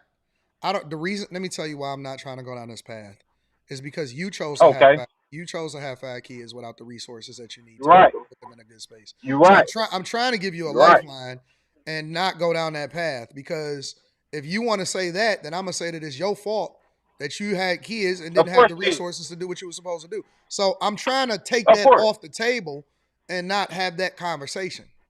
That's still your fault. I mean, we don't. Right. I'm not saying that. I've already accepted it. I've learned things. I've learned through my mistakes. So it ain't like there's nothing that I run from. So yeah, that is the case. Yeah, of course it's my fault. So yeah, I've already accepted that. That's old, but it's something that I'm still working on today. So, but yeah, I don't teach my children about go around having hating other races. Like they have good moral and good character. How many baby mamas They you know got? how to. I have one. Thank God. I probably wouldn't be here on the call with you if I had more than one. All my children from the same woman. Like I'm telling you, I would not be here. I ain't even gonna lie to you. Like the black woman is strong, but she is also one of the hardest to work with as well. Did you marry her? It's an oxymoron. Was you married? Did you Yeah. marry her? Yeah. Oh, that's what's up. Shout out to you, bro. You did it the Yeah, right way. man. Yeah, I got the foundation right, so I just gotta work out the other things. So, y'all still but married? yeah, man. Yeah. Oh yeah, you good. Yeah. I mean, Shout out to you, bro. But that's why. You sound that's like how you I don't look at really you sound like you questioning whether that was the right decision or not. sometimes I do go back in my mind like that. You know, that's the minority of the time. You know what I'm saying? Like I said, I'm not perfect, bro. But this is what I'm telling you, man. No, Quit listen, trying to look, man. bro. I ain't even gonna cap, bro. I respect you so much for being real and keeping it 100, bro. I can't even say nothing bad, bro. You so honest and real that I just have to give you your props and your credit, bro, for being 100. So Real talk. So if I join the bag chasers, you think you can help me out in my situation? Will that help me out? Like, do you I got can't I'm some good? I can't guarantee nothing. I can tell you that I'll give you the insight of what I know, whether it be money, Okay. stocks, real estate, community, networking, all of that stuff. I can tell you what I know, but I can't guarantee you results. That's on you. The results come from you, bro. Right. Right. Every time. Right. Okay, man. I might join the bad chasers, but that one last thing I have to say, like, that's the reason why, you know, tell me if I'm looking at it wrong, Mhm. because I look at this case as setting the precedent, for our I gotta children let that you we go in a have. second. So this is the last thing, because I gotta make some Right. calls. I gotta take one more phone call, but go ahead. What was you saying? Okay. Yeah, let me know if I'm looking at this case wrong. Like, the reason why I have my outlook on it is because I look at this case like it set a new precedent for our children that's coming up in this world, and Mhm. so like that's why I have my take on it the way I do, because like if that situation, God forbid, just happen, with my family, like I want them to have a fair trial and not just look at my children's, just don't take account of my children. Look at both ends. Like make sure that it's a righteous judgment as possibly it can be. Like, so I you, look at you it a think I'm little looking bit at it wrong? differently. I do. I look at Okay. it differently. All right. I look at it from the lens that I don't want my kid to ever have a trial. How Right. do I prevent my kid from ever being in a position to be on trial? That's how I look at I it. got you. I don't look at it from the lens of, well, man, I have to correct society to ensure that we got a fair trial. I look at it from the lens of Carmelo Anthony don't have any power to do anything because he in a position of where he in jail, he in prison. I don't want a Right. trial at all. Right. And you can't change the system from inside of it. So I look Right. at it a little Right. bit differently. Okay. All right. Well, shout out to you, AD, man. I tune in your channel every now and then, but I might join this bad chases to see if I can network, pull some Take resources. your time. It ain't going nowhere, big dog. Look at it, see what you Okay. know what I'm saying? Just see what you think, and just slow motion, and it ain't going nowhere if you think it makes sense, and let's rock out. And if it don't, I mean, if you just want to chill out and see what more that I'm talking about, or see if it makes sense from other people, then take your time. It ain't no rush. Okay. Okay, I will do. Man, All you, right, you big enjoy the dog. rest of your day, AD, man. I All right, big appreciate dog. you, bro. Yes, sir. Let me get Torrin. Torrin is gonna be the last person. What up, T? What up, man? What up, big dog? Thank you so much for having me on here and for everything you do, man. Bag chasers, get it. That's what's up. What's your thoughts? Man, my thoughts is I've been in these comments and I just want to say, as a father figure and someone who's raised children, my oldest godson got shot last year on 4th of July, 19 Oh years old at man. Manzanita Park in Oh man, my Pasadena, my California. condolences, bro. Condolences to you. Man, no, thank you. He got shot 6 times by the grace of God and the willpower of his mind. He's doing better. He's about to get his security guard license and we You about to said your start a security godson? guard company. My godson. All right, But that's it's a what's up. special thing because his father was in jail since he was 5. So I pretty much raised him and his little sister because from where we come from in Altadena, California, men do what men are supposed to do. And we don't let the company that we keep affect or influence our mind. And so I just wanted to get on here and speak about being young and growing up in a culture, man. It's no excuse to lose your mindset and lose your life. What you saying is 100% right, bro.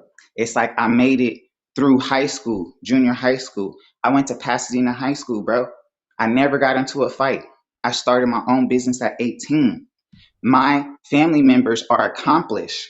And Altadena, most of the properties that burnt down, my family owned those and built those. Came here in the 40s, bro. When everything was supposed to be racist and supposed to be bad and all that stuff, my gay Uncle Johnny B got out the service and bought land in Altadena and put his family there from Texas and Louisiana. There's nothing that we can't do. Fast forward to Karmelo Anthony.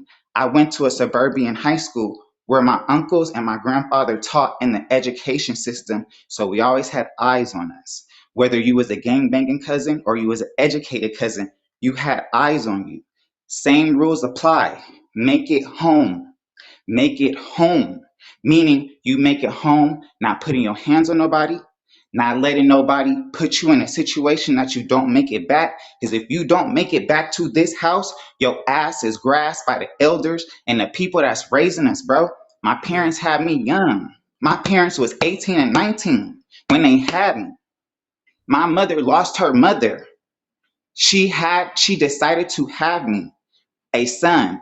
My father married her, had a family, built businesses, bro. I was expected to make it home. So when I decided as a man, because I was being a man, reading the Bible, trying to do the right thing. Yep. You got kids having kids, people being in foster care, people losing their life, and it's all about decisions. My father told me, if you're gonna be in that boy life and you're gonna be a man, you gotta be a man.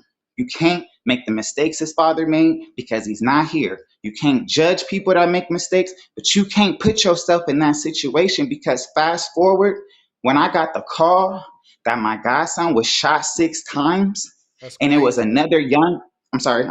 No, I said that's crazy to hear that. Man, crazy. Another black man shot him over some boxolitis. And that's what I'm saying. We done grew up. My grandma worked in the entertainment industry. So I seen Baby Boy. I seen John Singleton make Boys in the Hood. I'm trying to understand what y'all talking about.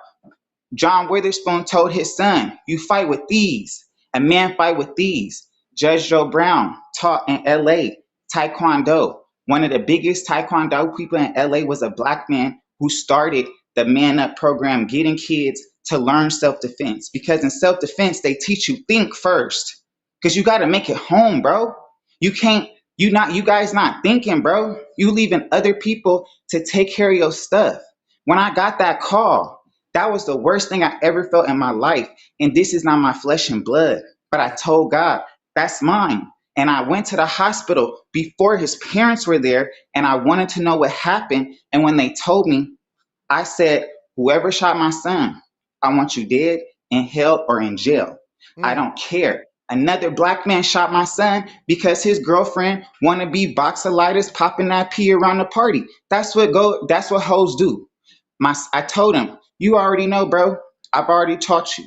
He tried to be the bigger man, tell the dude to lead a party, which I told him. I said that was a mistake. You should have went to the side. You should have went to the left. You should have stayed out of it. But I understand. You young, you flagrant, you feeling yourself. You thought you was gonna tell the nigga back, but you can't think for nobody else. Yeah. You can't think for nobody else. So the dude went to the car, pulled out his gun, and started spraying. Shot That's my crazy, bro. guy. It's crazy. And again, we go through an investigation. We go through everything. Nobody want to tell. We know who the man is. And now we got to go through a whole nother part of the culture where my godson, his mother, and his family get no type of real remorse because of the culture y'all breed, where it's like, I know we talking about Karmelo and Austin, but it's about the actions. We blame white people for everything, but we're living black on black crimes in our own lives. And I just don't think it's right that we get up here and we get in these comments and we try to disparage the millionaire bag chaser. And remember, I work for myself. You inspire me to start a funding machine credit repair company just for the people in my life. Shout out to So you, big I'm dog. just, I think that's dope. man, no, for real. For real, man. Like, I know I'm talking fast, but I just had to get this out because we live in this world where it's like, y'all don't think real people is really out here doing stuff. and really living. Like my kids, they ain't got no kids. They all 18 and 20. The girl, his sister is in junior college. The How old are boy, you? man, I'm 36, bro. You got 36. kids? That's 20? These is my god kids. I don't got kids yet. These is my god Oh, kids. These okay. are the I'm kids like, that I man, that's raised. crazy. Man, nah. These are just the kids in my neighborhood that I raised that man could have went to foster care, CPS, mom out there. And I come from that type of family. Like for real, this is what we do. This is just what we do. We help the community and we see it long term. So I just wanted to come in and shed some light because you inspire me, man. And I I want to appreciate inspire you, other bro. people like that. I appreciate you, bro. Thanks for calling in, big dog. Thanks, man. God bless. God bless you, bro. All right. Thank you to all of the callers that hit me up. Let me read some of these super chats. Let me see. Shout out to Mike the Vet. Says, nah, Anton, we watching. What up, man, Mike? Hey, let me ask y'all, Mike. Let me ask y'all, everybody in the chat. What y'all thinking about possibly streaming tonight? Not on this platform, but on the I don't know what I would stream. I don't know what I would talk about. I don't know if I would be streaming music or what. What do y'all think about possibly streaming tonight?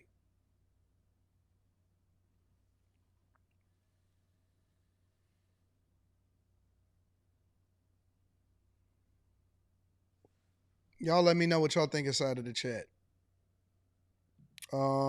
Jay Ben, what up, Jay? Jay Ben says, nah, need that Detroit meetup. Ain't no way Detroit that thick.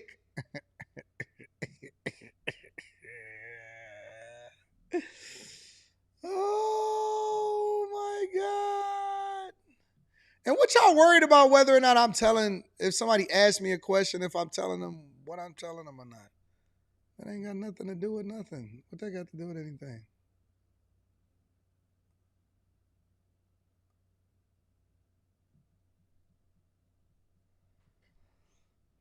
First word. I don't know what's going on. I don't know what's. Let me fast forward past all of that. Birthday. I know. You spent at Gillies? At Gillies. You can tell. You brought. I brought my car out. No, you said what's going on. I said I brought the car out to.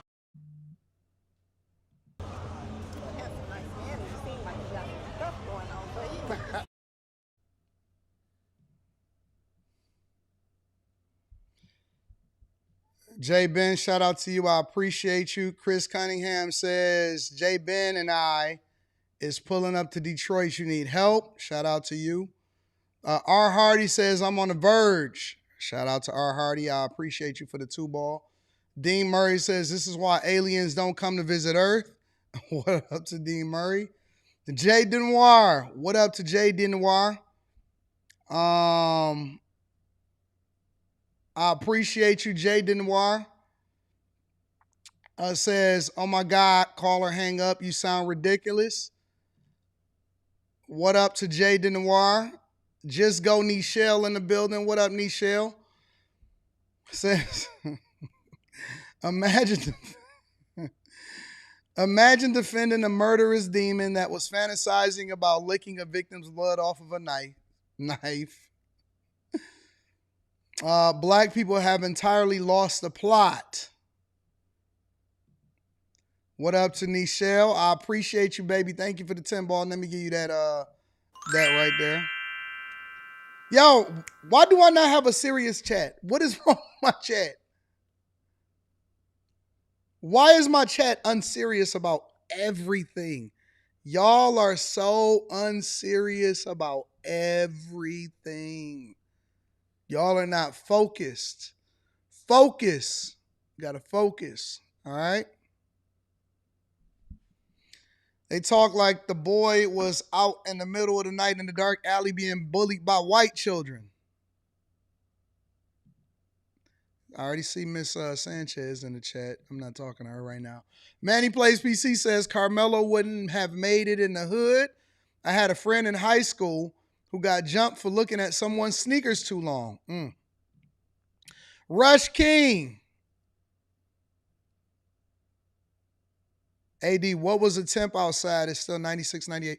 Right now, I think it's 81, and it's going to be like in the 70s outside, something like that at night. Simple fix. Simple fix to this issue. Do not go under someone else's tent. Then threaten them to do something or else. People would make this excuse to someone they didn't F with pulled up in their hood or the spot. Somebody said AD can teach dudes better than these PUA. What is a PUA?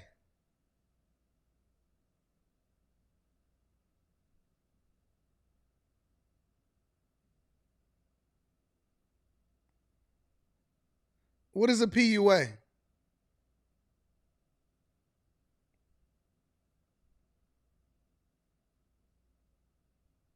No, I didn't know P from QC passed away. What is a PUA?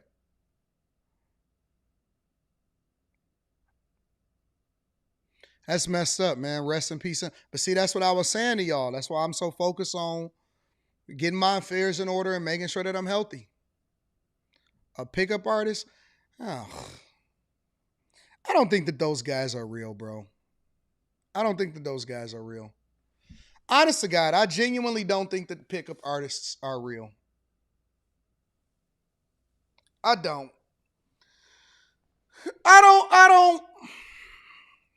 I don't think that a pickup artist is real, bro. A pickup artist? Nah, I'm not going for it.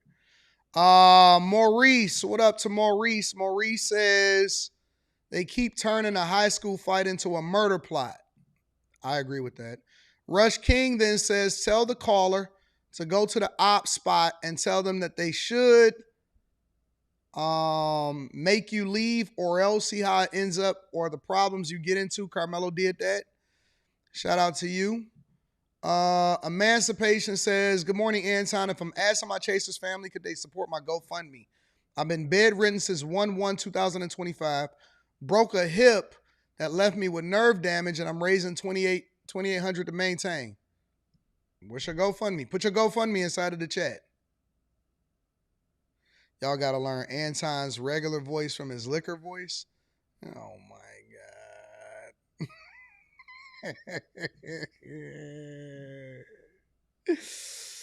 I don't know what Tia Marie talking about. Jay Ben says, go and drop the Darth Anton street vlogs in the Patreon.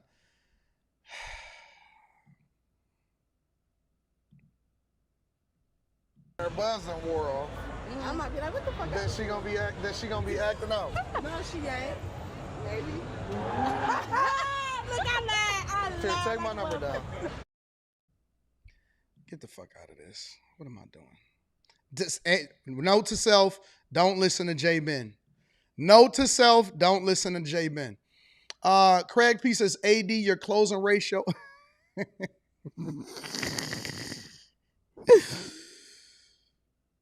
Your closing ratio is crazy work. Great job on the conversation of the caller. Simply using a voice of reason, staying inspirational, King. I'm not listening to J Ben no more, bro. J Ben is out of there. J Ben is out of there. If the last caller would have said, did you miss me? I would have died.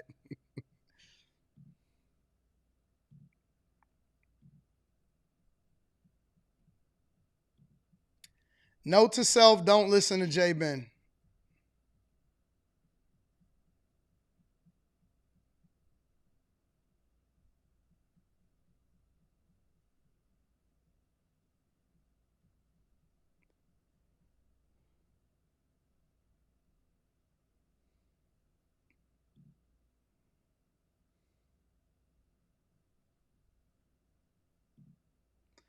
I can't drop these vlogs, bro. I don't care if they're on the Patreon or not. You drove? No, I walked. I live right around here. So you hanging with me then? Yo, I don't want, listen. Getting the fuck out of here, bro. I can't do this.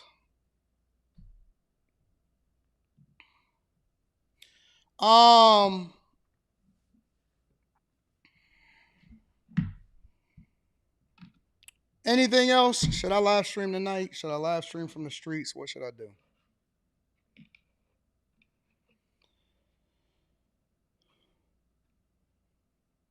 What we doing tonight, y'all? How should I play it? I think I'm about to go get my motorcycle.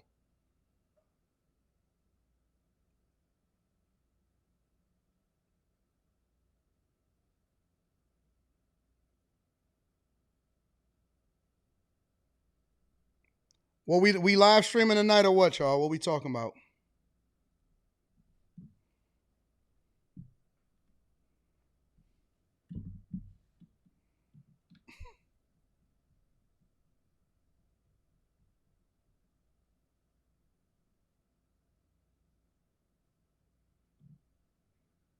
What we doing tonight, y'all?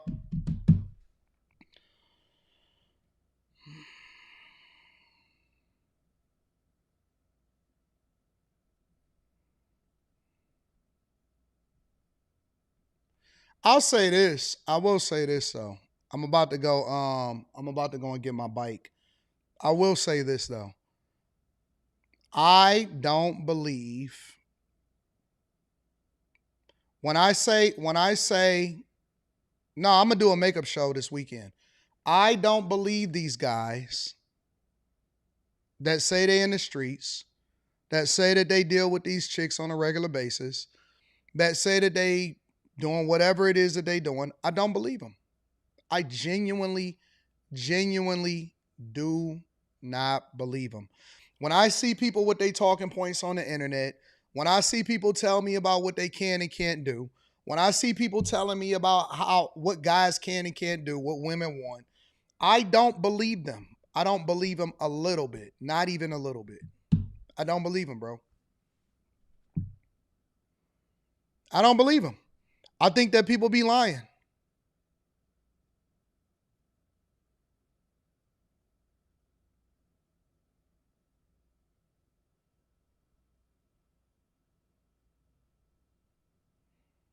We tricking the night, Unc.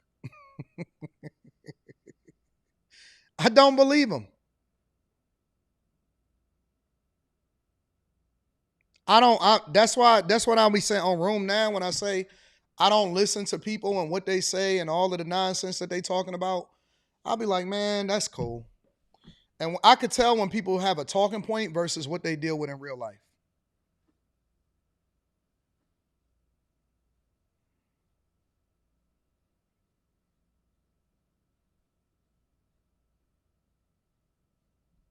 Shout out to Steel City Muscle. You know what it is. Discipline, baby. Discipline. Let's bring some vibes to the studio as well, just for the background. Oh, I can put some girls into the studio.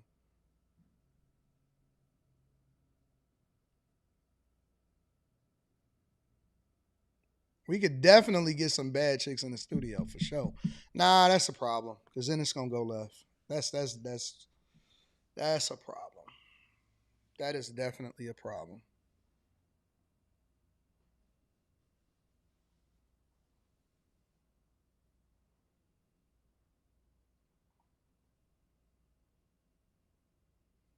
I dress down every day. I dress just like this when I'm in the streets.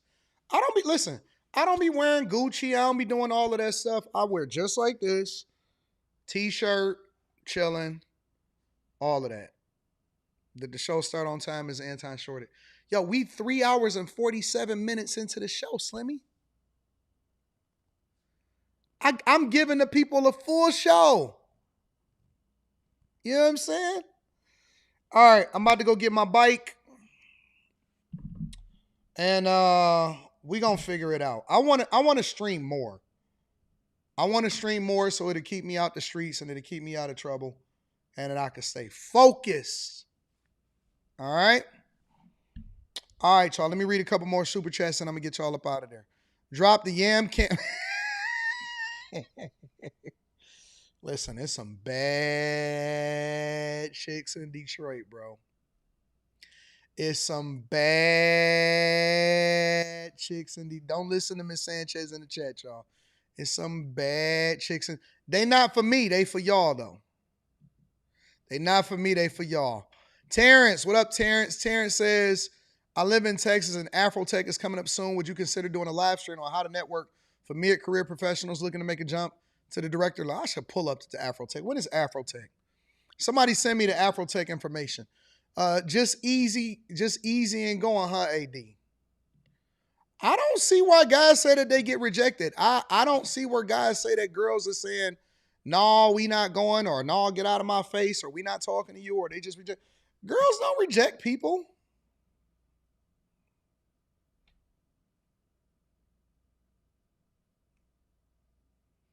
Girls don't reject people.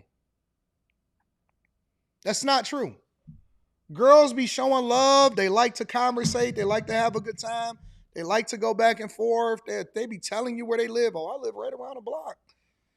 They don't be rejecting people like that. Stop letting people lie to y'all on the goddamn internet and sell y'all this idea that it's different than what it really is. It's not true. It's the biggest lie in the world, bro.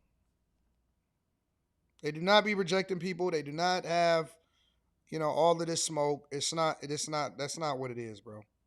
I could prove that time and time again, all day long. Somebody said yes, they do. You ain't got no confidence, bro.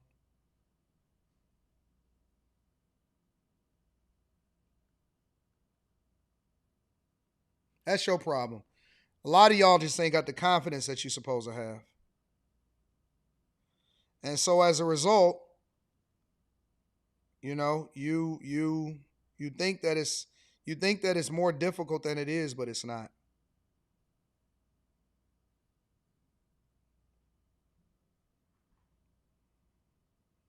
It's not difficult at all. It's very easy to get out and have a conversation with a girl.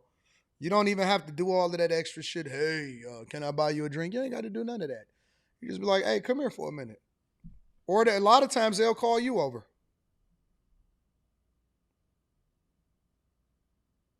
Nigga, you ain't got to be 6'7". You ain't got to be none of that shit. That shit work for everybody. All right. I need to get my motorcycle.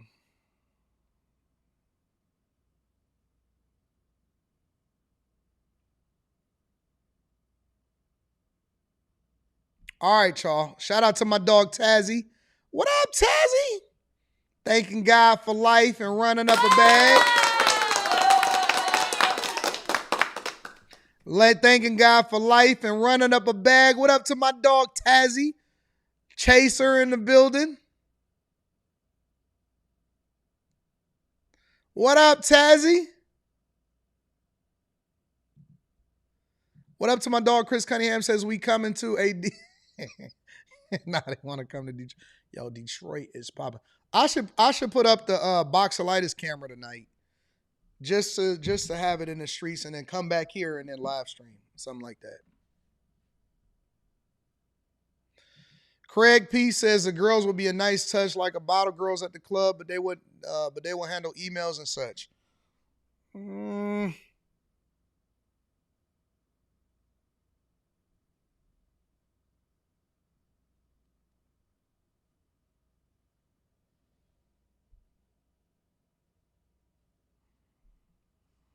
I don't know, bro.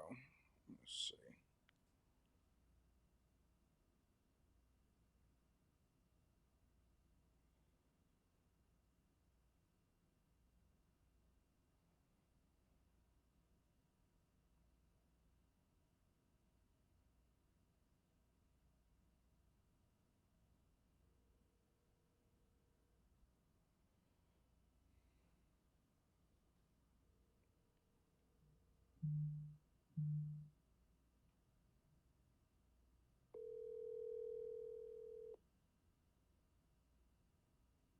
Your call has been forwarded to voicemail.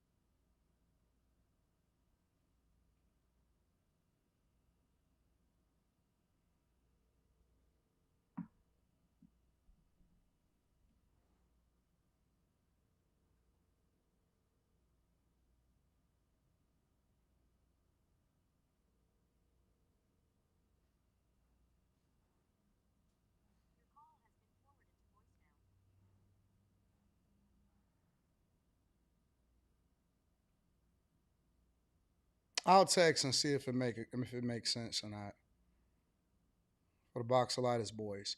But then at the same time, it's like, but I guess this is my logic, right? I just call my Uber to go and get my bike. This is kind of my logic, right? Detroit girls over Miami girls 1,000 times out of 1,000. Detroit girls, I'm taking Detroit girls over Miami 1,000 times out of 1,000. 100%. All day long.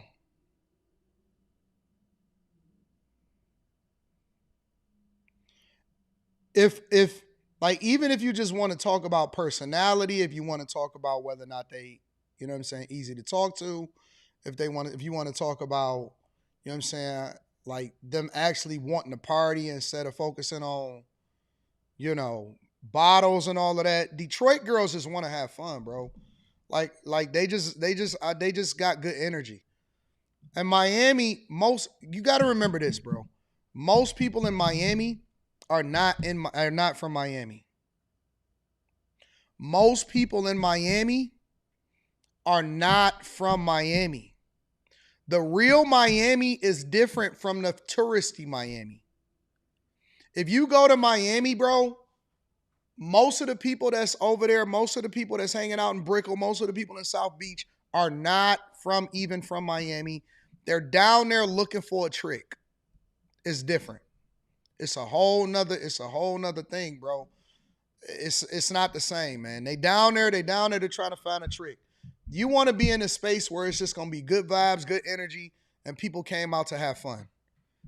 That's why you want to move a little bit differently.